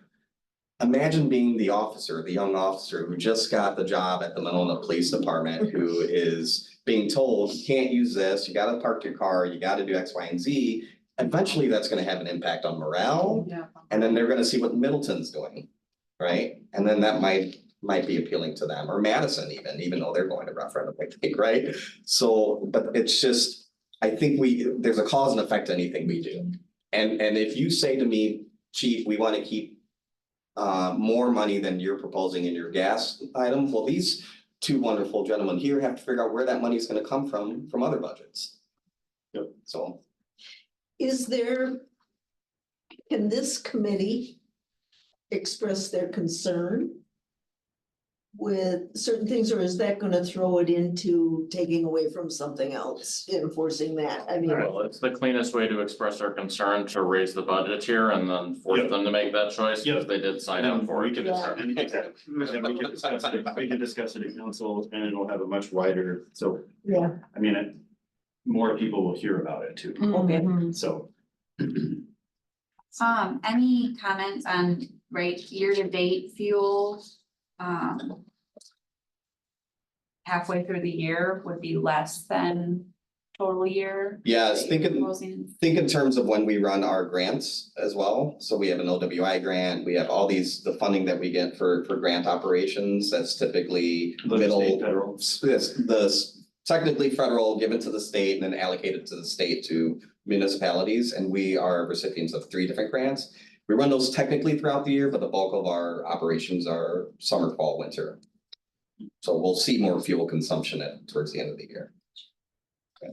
I don't know, and back to that fuel thing, I think there's value in having that officer parked somewhere in the community idling, doing something than sitting here at the station. Which they do, and trust me, I get the questions on that too, why are they sitting this lot? Well, they're multitasking, they're finishing the crash report that they just took, but they're out in the community, number one, as a deterrent. Yep. In case they see something, or if somebody needs them, and that has happened where people have come up to officers and said, and reported crimes. You make a comment about firefighters now, but I'll hold back. Oh, no. Hey, grocery shopping is important. I mean, they're there for 48 hours, so. No, I love firefighters. We got fired in 1985, so they were great. Any more on that column? I know that there's some very difficult decisions.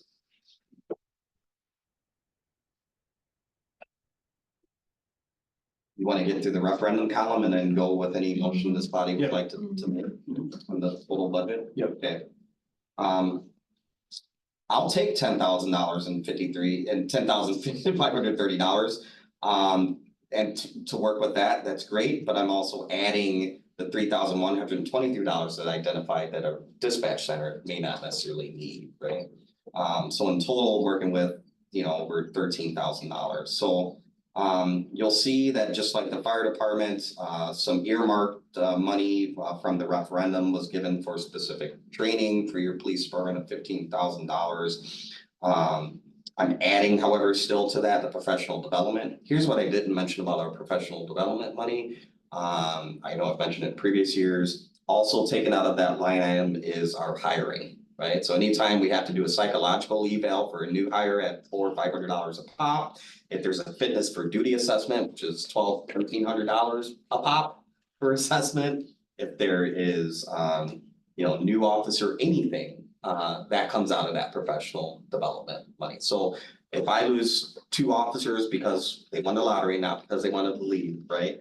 But if we lost 2 officers, we would have to then pay for 2 new officers. All of those items, their physical, their psychological, all out of that budget. So anytime, again, I can increase that budget, I'm going to do it because that's not just for officers taking courses, right? Gotcha. By the way, your commission staff, as required by law to retain their certification as sworn officers, have to go through 24 hours of continuous education a year. 24 hours, and the state mandates certain areas of requirements. This year, we had our emergency vehicle course that we have to go through. It's biannual, every couple of years, we have to go through that. We have to go through certification for firearms, et cetera. Some things are required and some things are elective, that we as a community feel, and your chief feels is important for your police department. One of the things I mentioned in the past is that, and the DEI report comments on this, is the importance of training on those topics. That training is not free. It costs money to get qualified trainers in here to teach that subject to cops. We're different creatures. We receive information, deliver that information is important. Just as if you were talking to nurses or lawyers or doctors, or whomever, you need to know that audience to be able to effectively teach that material. So that all costs money. And so anytime I can increase that budget line, I'm going to ask for it. And so that's what I'm doing here today. Okay. Same rule applies for the uniform allowance, and to your point, Alder Bernstein, I'm same response as Chief McMullen. There's a narrative portion that is not included with this that will be included in the council packet that explains all the things that we're verbally telling this group right now. Explain sort of our obligations on our contract, et cetera. Adding to our police supply line item, anticipating increase in spending there. Adding to our police operating expense budget for things like PBT recalibrations. Adding to vehicle and maintenance repair, I already discussed that.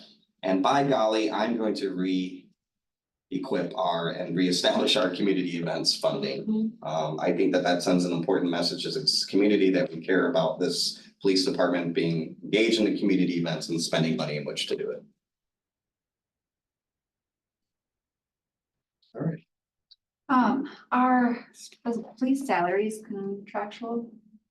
I'm sorry. Police salaries, It's part of the, it's. Part of their- It's bargaining. It's bargaining. Yeah. and then when is the current agreement? We did a 1 year. We have been on a 1-year contract for the last few years. Sarah's nodding her head, yes. I think the last 2 years. In anticipation of, well, because we want to do a 3-year because we were considering that referendum. Yeah, since I've been here, we've been on a 1-year contract. Yep. I've been here 3 years. When is it negotiated? And, well, It comes up at the end of this year and negotiations will likely start happening in the next coming several months. Yeah, and that's police and fire. So Jerry's is on a, 311's on a 1 year as well. Is that typical for a smaller department or are you unique? no, normally it would be 3 years, Yeah. but we would just do it because we can't do that much as far as increases, so. As part of that negotiation process, there were some concessions made, knowing that we're trying to go to referendum. Right, so the city says we can't give you this year in essence, but we appreciate the limited 1-year contract versus, fighting for an arbitration, whatever. And we will look forward to a potential increase should an operating referendum pass. No promises, no guarantees, but the sort of the verbal agreement at the table was that with the associations. Jerry, did you have anything to add to that? No, that's the same exact thing that happened with fire as well, so. We're in a holding pattern, have been for the last few years. Because, how that works too is they can go to arbitration if the union doesn't like the contract. I mean, they could force the city to arbitration and then that's a much larger additional expense. One of the things to my earlier point about just, selfishly speaking, because I'm in this profession, you see I'm wearing a bulletproof vest here because you never know if I'm gonna have to act or whatever. People target us just for being cops. Cops that got killed just for being cops, right? Sitting in their squad car in a cafe. It's a dangerous job. We all know this and I appreciate your understanding of that. Part of the complexity that the union has expressed to me as chief is, well, when we come and ask for these things, the city, because they're good stewards and they want to treat and make sure our other employees are compensated, they balance out the union's asks with the non-represented folks who lost their right for representation under Act 10. And I think that that's great that the city considers that. However, it is still a bargaining union under law, and they have a very deadly job with no guarantee that they're going to go home every day. And so I think the response of the union, and I think the city's prepared to hear some of this, is I appreciate that the city's looking out for the rest of the people that work in the library and the parks, and we all want people to be compensated well here. However, 2 things. Number one, we've conceded forcing sort of quote unquote these increases or demands year in and year out for the past 3 years, with the promise of potentially looking to increase that with the passage of an operating referendum. I'm not sure if that's going to continue based on the tone and tenor that I've heard back in your police department. I think that they're looking for something to be done. And it's illegal for them to strike, so they're not, there's no talk of that. But they're aware of the cops, right? And I think what keeps us here is this community, the support they have from this community, Certainly not this building, I'll tell you that. Not some of the equipment, although you find people are the best advocates for some of the equipment that they have. And it's actually helped when it comes to vote, so thank you. But it's not what's keeping them here. Yeah, so Most live in Dane County. would you argue that, right, even the proposed comp plan or cost to continue wages are too low? Yes. Like that contract wouldn't get agreed upon? Yes, I think that they're gonna come in with a number that I think is going to be comparable to what other communities are paid, but also with the understanding we're small, we can't pay like Madison, for example. I think they get that, but they're also gonna bring up the concessions of the past 3 years. There's also cherry picking going on out there. Significant cherry picking. One of our more senior officers can make over 6 figures working in the Dane County Jail right now. Wow, In the jail. that's interesting.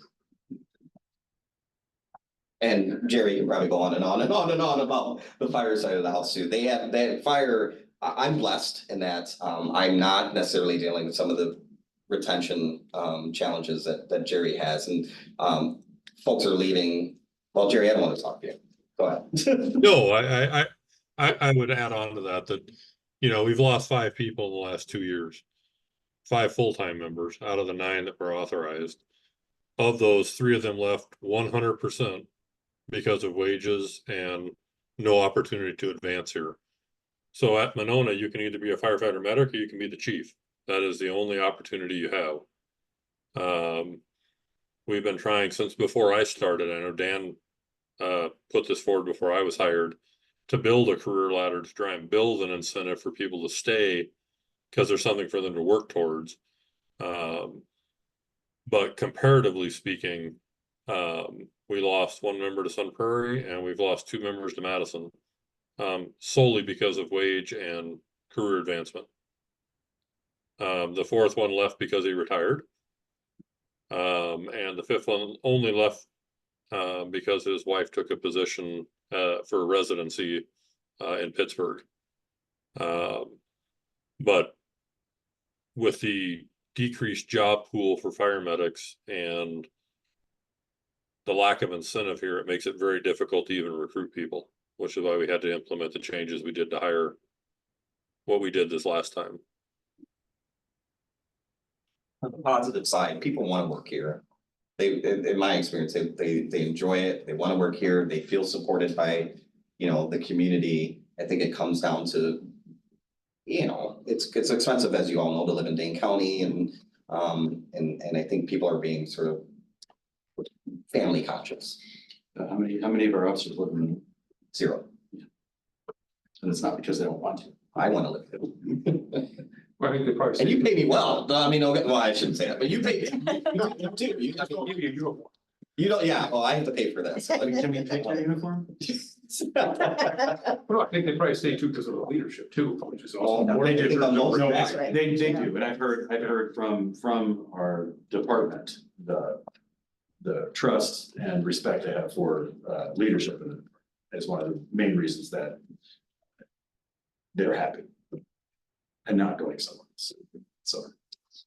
Well, Jerry and I do the best we can with the talent that we have, and we have amazing talent. I'm telling you, come from a well-respected agency, and I talked about it during my application process, and Sarah was part of it and heard some of my bragging and gloating, but I'm telling you, this is it. This is premier, the talent in this police and fire need this. Anyway. So that's on that column. Rachel was asking you a question, got a segue, sorry, Rachel. No, it's good questions. It is a good question. So I don't know what this body is going to, or, I mean, I'm telling you what I, and the chief did as well. These are my instructions and here you go. Yes, those are, but I want the committee to know too, that the instructions to the department heads are one thing, the committee can make their own recommendations.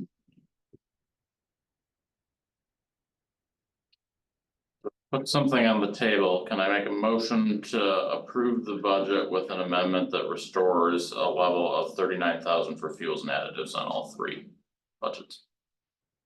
Yes. Like that. Thank you, Joe. And any further discussion about that? I'm sorry, who seconded that? Thank you, Larry.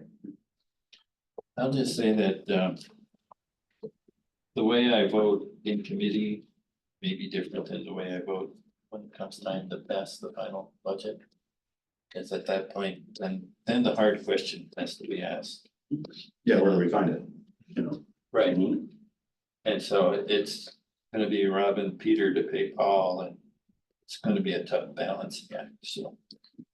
But I see everybody's point, that doesn't make sense to have cops just cooling their heels when they can be out in the field. Make the motion to put you in the position to explore the question where that turns out. Oh, So we'll one be for exploring, discussion. all right, if you wanna call it that. All right, any further discussion on the amendment? All right, all those in favor? Aye. Okay, that's all I have on it. Right. That said, moving on to. I'll go back to my agenda here. It is. Oh, yeah. Yeah, yes. Sorry. Thank you. Thanks. Okay, so discussion action on proposal to authorize the community service officer authority to issue citations under Monona Code 29-5. Chief?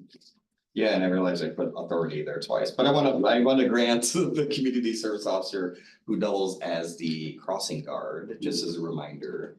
The authority to actually write tickets. So just a little quick backstory. There was a lot of exploration done. I think this committee was part of sort of general discussion on parking and traffic at the high school and near the high school and Wallace and Gordon and some of the issues and concerns we've been seeing. Alder DePula took part in a sort of a community meeting, neighbor-inspired, neighbor-organized community meeting at the high school. Involved myself, our school resource officer, the Principal McGrath from the high school, Alder DePula was there, our patrol lieutenant, and then members of the community in Wallace generally were there. Am I missing anyone? No. And our crossing guard / community service officer, he was there as well. And we talked about sort of just brainstorming efforts to address some of the parking concerns that residents had, and the driving behavior and the littering, and just some of the unfortunate teenage but non-excusable behavior that they've been seeing there. So we had some sort of real life talk about we're not unique, right? Like I've compared notes to other communities that have large high schools in them, and they see similar behavior, and there's no one solid solution to this. And so we were exploring things such as permitting, and can the city look at permitting? Well, there's some barriers to some of those suggestions, such as, well, what city staff is going to regulate that? And at what time can they regulate it? And who's going to pay for that program that the city hasn't budgeted for, et cetera, when we're already looking at some very challenging discussions here. And we just sort of started brainstorming, and please, all of the DePula, since you were there, feel free, obviously you don't need my permission. So we really started brainstorming ideas, and one of the ideas that was explored going into that meeting with the mayor's blessing was utilizing our community service officer. We sort of morphed from the crossing guard role to do proactive patrolling around the neighborhood, not for driving behavior, not for sort of littering behavior, but for the parking violations, because it's very much like a broken window syndrome theory, right? If you address the small thing, then the other things sometimes come into place and you get some compliance. So if they know somebody with authority is out there writing warnings or paying attention to parking behaviors, maybe some of the other behavior will start to change. We've seen, and this started this school year, past school year, I suppose, we saw some impacts to that. Now it's not kumbaya out there. We've got some work to do, but we've seen some impacts out there. And the parking enforcement, or the parking enforcement that's being done is typically warnings issued because our community service officer doesn't have ticket writing authority, right? I would need the council to create an ordinance in which to put that specific title, community service officer, right next to the code. That grants that authority. So that's why I put the code there. It would literally take a council to add, because right now the code reads law enforcement officer number 1. Then it goes down to fire chief or fire inspector, then it goes down to building. So it itemizes or lists the titles that are authorized to write tickets for this community. I would want community service officer to be listed under there. That's similar to what the city of Middleton does, city of Sun Prairie does, and every other that I know of, every other community that has a community service officer. They have certain authority to write tickets. Now, they're not sworn officers, so they can't do traffic stops, they can't enforce traffic violations, they can't issue disorderly conduct tickets, they can't enforce criminal law. Okay? Just parking. They can do parking, however, I don't want to restrict them. They can do code enforcement too, right? Correct, because if we say just parking and another need comes up, say Jake, the Parks and Recs director says, well, I want boat launch violations to be addressed. Well, yeah, I mean, if he's doing writing parking tickets, he can do parks tickets too, right? So I don't want to necessarily restrict him. If you limit it to parking enforcement and put that in code, then we have to, at this body, address that again and say, okay, now we want it to also include this versus do what it's listed in code now, where you have, for example, weed commissioner is listed. It's a weed commissioner. You have the weed commissioner who's listed, but it doesn't say what they're restricted in doing. It just says, the code says, their duties that are directly related to their official responsibilities. So if we define what the community service officer's official responsibilities are, they can write the ticket for it. So do you have to list all the various things they can write tickets for? No, In the ordinance? no, you don't. You can just say, what will you say? What language will you use? Municipal ordinance violations. Correct. So currently how the code reads, Citations under Monona code, correct. what you're adding 29.5 to the code. No, I'm adding community service officer to the list Oh, of people that are needed. So it'd be along with the weed commissioner. Correct. The Okay. code enforcement. Yep, so law enforcement officers, number 1, in this list, fire chief, building inspector, weed commissioner, city administrator, public works, emergency management director, city planner, and code enforcement officer. Those are the only people right now that can write tickets in this community. I want to add community service officer. So he or she could write tickets for any of that. They can only write tickets according to the code. Let me read the list. Before the list, there's a sub B, and sub B reads city officials. The following city officials may issue citations with respect to those specified ordinances which are directly related to their official responsibilities. And that's up to us to list what they're us, as in the police chief, So to we- define what their responsibilities are. so that will include traffic tickets, maybe. Parking. Not traffic. I'm sorry, parking tickets, maybe boat launch. Maybe- Use. Parks and rec enforcement, so Okay. so say, for example, somebody, I'm trying to think of a hypothetical. I don't want the officer to have person-to-person confrontation. So it'd be those instances in which there's a very low likelihood, there might still be a likelihood, even if you write a parking ticket, somebody can confront you on that. Oh, yeah, absolutely. Instances in which there's a very low likelihood of a confrontation. Cause they're not equipped, they don't go through their training as we have, and they're not sworn, they can't make an Okay. arrest. But you do have to have some language in there to authorize that individual to write something in one of those areas. You don't, you just have to include them. Include in the So, list so that's already- for example, No, it lists all of those, but it doesn't say what they're authorized to do. So it lists law enforcement officer, but it doesn't list all the ordinances that I'm authorized as a law enforcement so officer. to it's do. non-specific. Correct. It's not, but they can't do anything. Anybody on that list, though, that's not a sworn officer can't Right. write tickets on things that sworn The officers. weed commissioner cannot conduct traffic stops. Yeah. So the The- differentiation is whether they're a sworn officer. The differentiation, I can't even say that word all the time. The difference is that the community service officer will do what their role and responsibility is as determined by the department head. So So, that's not put in ordinance form. That's at your discretion. correct, yeah, so it's probably easier. It's for me at to your turn this. purview what that is. Right, so, Oh, okay. so, the fire chief, it doesn't list what his people can or cannot do. It just says that they have the authority to do it under their title and what their charge is. Okay. So that, so when he does inspections, for example, go ahead, Jerry. Yeah, So- it's, so if it's something related to inspections or something related to building systems, that sort of thing, that's what my folks are limited to. I can give you an example. I was actually gonna bring it up in my department report, but we have a couple of sites that are having fire alarm issues. I've issued citations for them not maintaining their fire alarm system. They also get an invoice because they've had more than 3 in a year, but I've also added a citation to that because they're not maintaining their fire alarm system.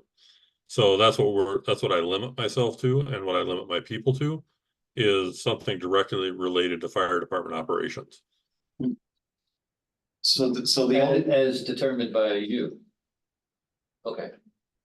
The only other thing that makes me more special than Jerry, even though Jerry's sometimes more special than me, most of the time he's more special than me. You're both special. Is that under this ordinance, for some reason, you have granted under A, so before it lists city officials. Under A, under this 29.5, it reads issuance of citation. So I'm starting from the beginning, 29.5 or 29-5, issuance of citation. A, above all else, law enforcement officer. Any law enforcement officer may issue citations authorized under this chapter. I can write a ticket for any of the things Jerry listed, even though I am not qualified. I can write anything that code enforcement has, anything in this city that has an ordinance to it, that has a ticket writing ability, I can write a ticket to under this code. Just because you've listed law enforcement officer under A, and that specifically says that I may issue citations under anything in that chapter, and list the whole chapter. And the fire chief is listed similarly? No, this is what makes me a little bit more special than him. Ah. Far more special. Oh, so you can write fire inspection. I can, technically, I don't know, I'm not qualified, so I wouldn't do it. No, but the law allows you to. The ordinance as written allows me to do. But Jerry can't write a. Correct, he can't write a Parking ticket. barking dog violation. Oh, I can. I can write a code violation. Jerry cannot, well, certain codes Jerry can, he has the authority. fire. Yeah, I But can, if the grass use is too high, I can write that ticket. I can't, nor do I want to. Well, what if it's a fire hazard? We don't either, by the way. What if the grass is too dry and it's a fire hazard? Well, then the code enforcement officer. The code enforcement will do it, or I have the authority, I'll tell you, I'm never gonna write that ticket, but we do technically under code, how it's written. What's written versus what we actually do is two different things, right? We have currently the authority to do it. Do we Yeah. actually do it? No, we defer to code enforcement. I guess I'm just struggling in the non-specific nature of it. It's duties, what your duties, responsibilities Yeah. are, guide your work, but it's. But there's, So I think the flip side of that is someone who deals with rulemaking in the state is trying to specify everything in there is a huge pain. You can't. And even if we did it, it means we'd have agenda items every month here until the end of time to continue refining it with small points. Exactly. Then it's easier to grant that flexibility, especially in a case like this where we have people who we have confidence will exercise that flexibility Yeah. responsibly. The ordinance governs it, and then administratively, Right, he assigns the duties. okay, I get it, but I struggle with it. yeah, I think it's intentionally vague. for Yeah. that. Yeah. I didn't know we had a weed enforcement. I didn't either. Well, we So- don't have a weed commissioner. We have, it's authorized by law. The interest in the job. But there's an opening. there. No, it's a voluntary position. It's also. It is. Correct. So that would be my request to add community service officer to the authorized list of individuals as named in that ordinance of being authorized to issue citations. One more question. The Yeah, sure. school resource officer. Yes, sir. Can he write tickets? He's a sworn police officer, so Okay, he can write tickets for the lawn all right, too high if Okay. he wanted to. all right, just curious, thanks. Any questions about this or further discussion? Is there a motion to approve? Make the motion. Second. And, I'm sorry, motion is to recommend the council. Yep, Okay, thank motion you. is to recommend the council. Any further discussion? Seeing none, all those in favor? Aye. Okay, that's it for me. Thank you very much. All right, and that moves us on to reports. Jerry, you're always first. Hey, that's because I'm brief.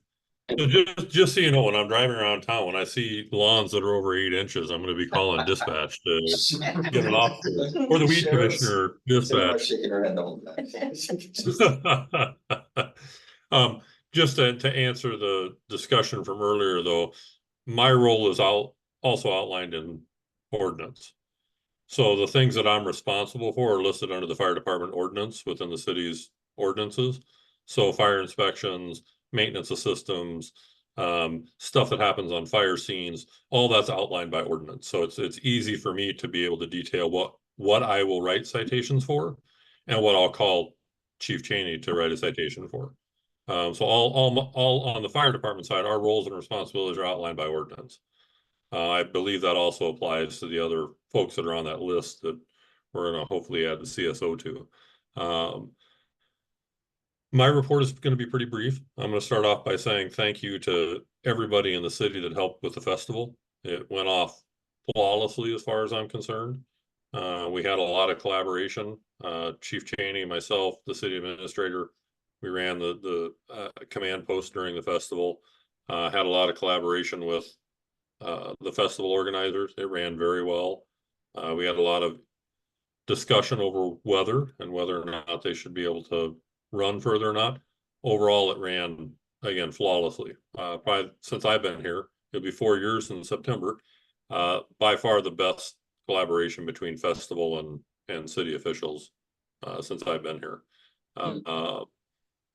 The only other thing I'm going to mention is, in case you're not aware, and most of you are probably not aware, OSHA has decided to update their fire brigade language. We're not necessarily an OSHA state, but by statute, our statutes have to be as restrictive or more restrictive than what the federal government provides.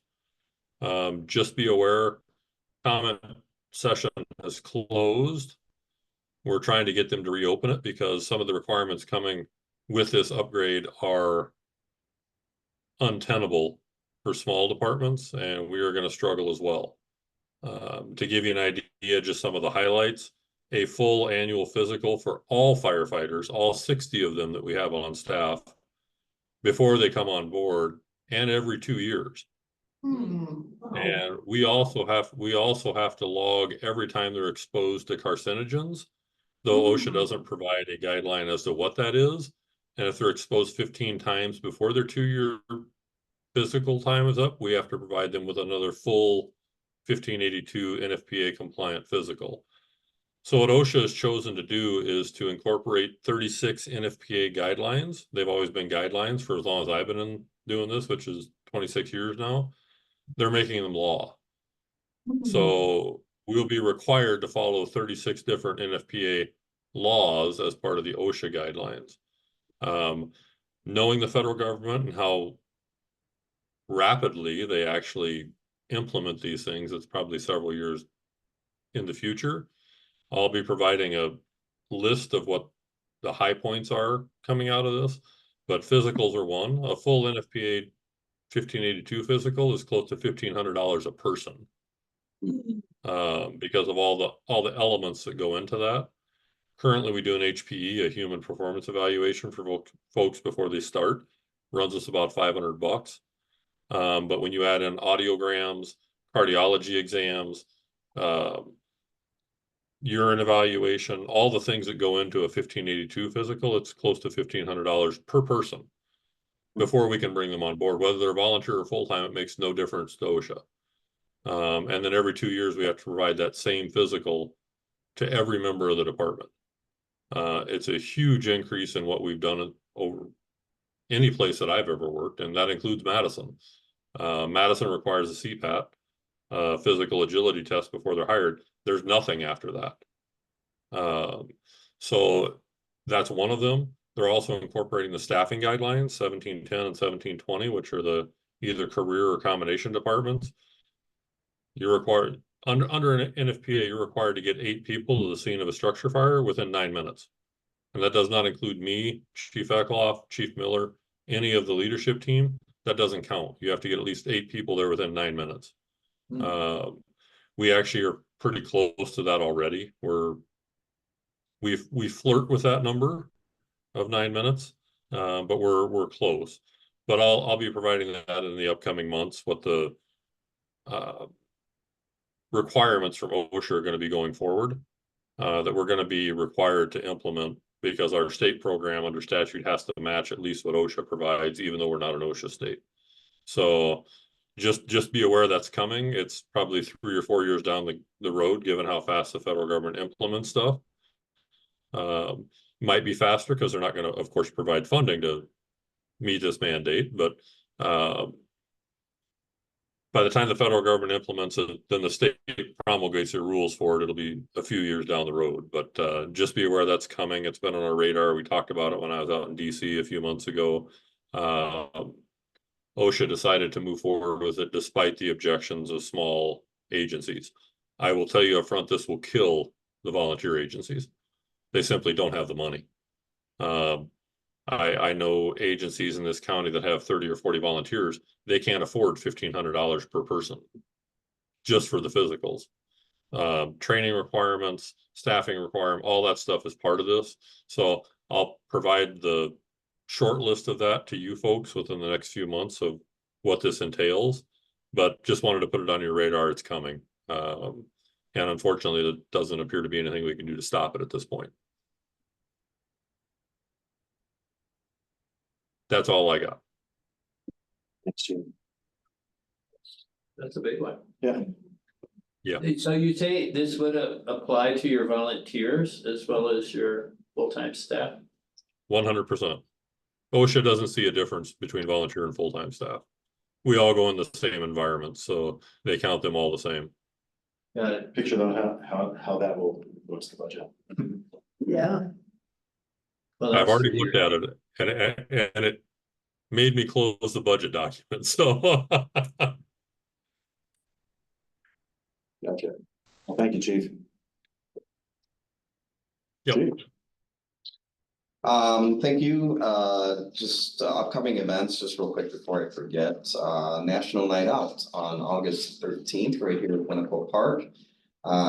Thank you to the Parks and Rec for and fire department, obviously, so sort of a trifecta of people who are organizing the event with the police department. There will be pretty wild bouncy houses this year, tied down hopefully and monitored. But it's going to expand, so you're going to see a bigger presence out there, more interactive activity. Games, prizes, puzzles, and giveaways of bicycles, thanks to some donors.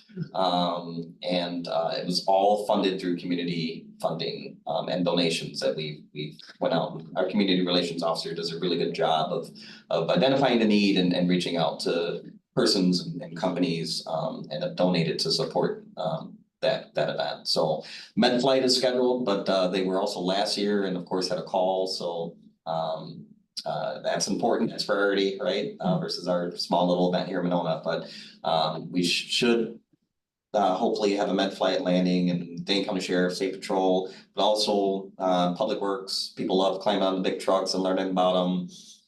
Fire department's obviously going to be there, and others from the community who are sort of public safety focused. Obviously, Parks and Rec is going to have a big representation up there as well. So that's on the 13th. Please come out.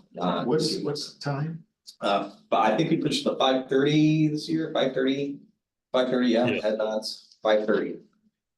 Couple hours. That's all we got. There's hot dogs and brats and whatnot.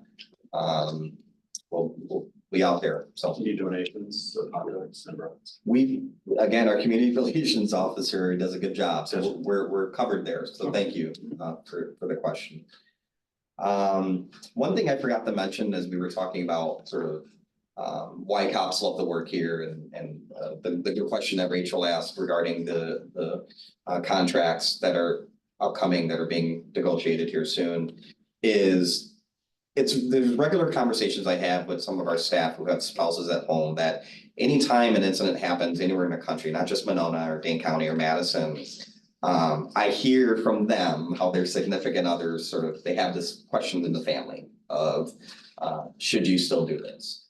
And we have several officers who are very fortunate, and I think they would say that they're in a position that they don't necessarily probably even need to work. Because their family is supported by their significant other financially. And they do this because it's a calling, because it's a sense of duty, civic duty, and they enjoy doing it. But that's not to say they aren't getting some pressure from home. Anytime something happens in the country or even locally here, a January 1st incident, or any incident in which you had an officer acting lawfully, doing their job, in which you could do everything right. You can be sitting in a car and suddenly be faced with deadly force and have to unfortunately use deadly force. You can expect that your name is going to be published because, you know, you're a public servant and you're involved in an incident. Somebody will find you, they'll find where you live. You have the potential of being doxxed, you have the potential of being protested, you have the potential of your kids being harassed in school and bullied in school. These are all things that have happened to past officers here. Right? That's even more motivation to say, well, do I really want to do this? If I do everything right, and I still have to go through that. And by the way, I have to wait however long it takes for the investigation that needs to take its due course. But that's also months of stress to figure out if the DA is going to criminally charge you or not. Right? Imagine that. We're talking months, right? It's no wonder why the unions both come to the city and say, we understand that you're trying to spread the wealth equally, and we understand that there's value in Parks and Recs and these other wonderful departments that make Monona great. Our job is different. And here's one of the many reasons why our job is different. And so I bring that up because I just had a conversation today with an officer who brought that up to my attention, not to whine or complain, but to just bring that to my attention. So I just wanted to keep that on the front burner too. Busy month, a lot of community engagement. We've done several already. We have more in the hopper. Our community relations officer and the patrol officer just did a mini CSI with Parks group in which they're teaching young kids about latent fingerprinting and flying the drone and things just to spark early interest in hopefully law enforcement, but also showing them the things that we do on a daily basis. We are fully staffed. There's no talk of anyone skedaddling, which is great. The mayor has authorized 2 of our officers to take part in the Great Lakes task force with the Marshal Service. So we're on a temporary basis going to be embedded with the United States Marshal in the Western District and his crew, which Mark Knowles Madison has been involved in the past. That gives us access to a lot of data and information, but I also, for the commitment of the U.S. Marshal of the Western District, potentially prioritizes our violent cases in which we have like our shooting case from the liquor store.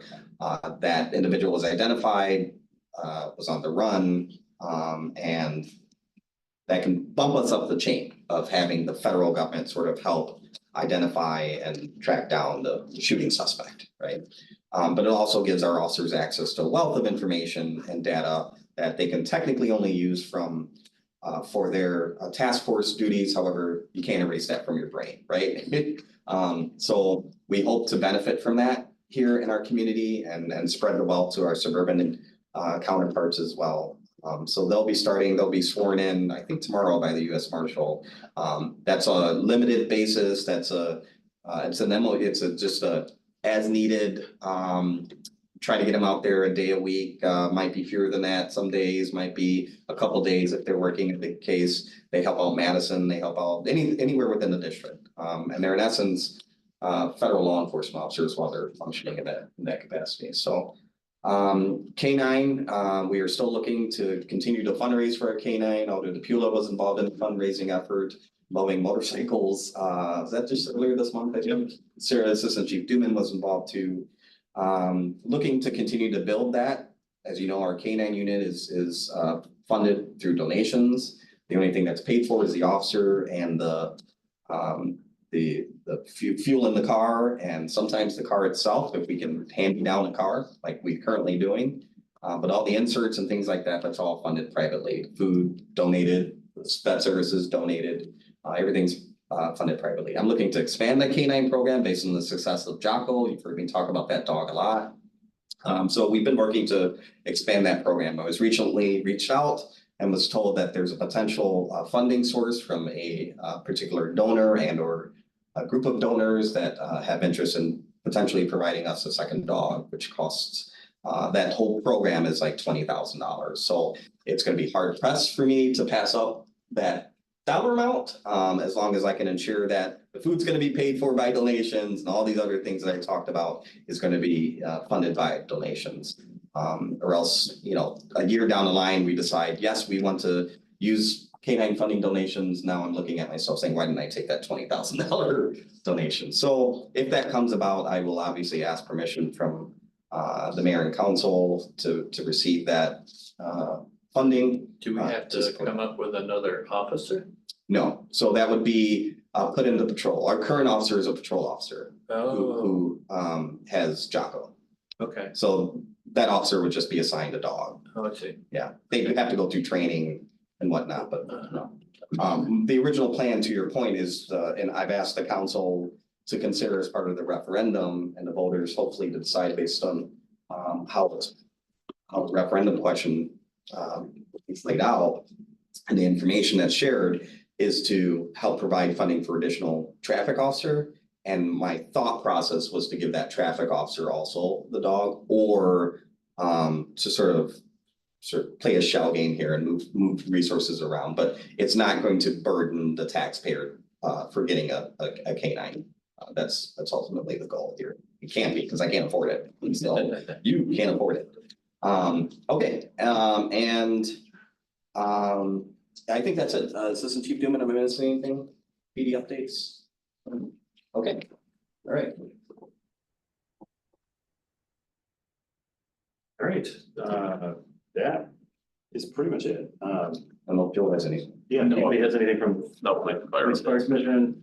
Anybody have any sustainability issues they want to talk about regarding public safety? Are the council members aware of some of the results of the survey? No, Not yet. We won't know until tomorrow. tomorrow there's gonna be a committee of the whole and we'll get a lot of that information. Thank you. As we sit in this room, I believe. Yep, yeah, materials will be distributed tomorrow. I did hear that there was a 30% turnout or return rate, which looks like 3 times what they had Yeah, expected. So the results will be scientific.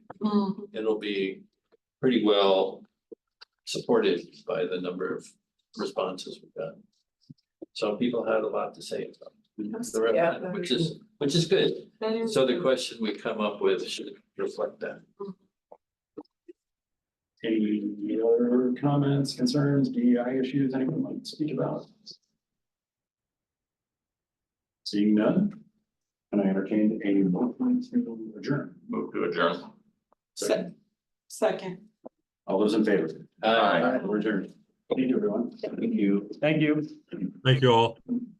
Bye.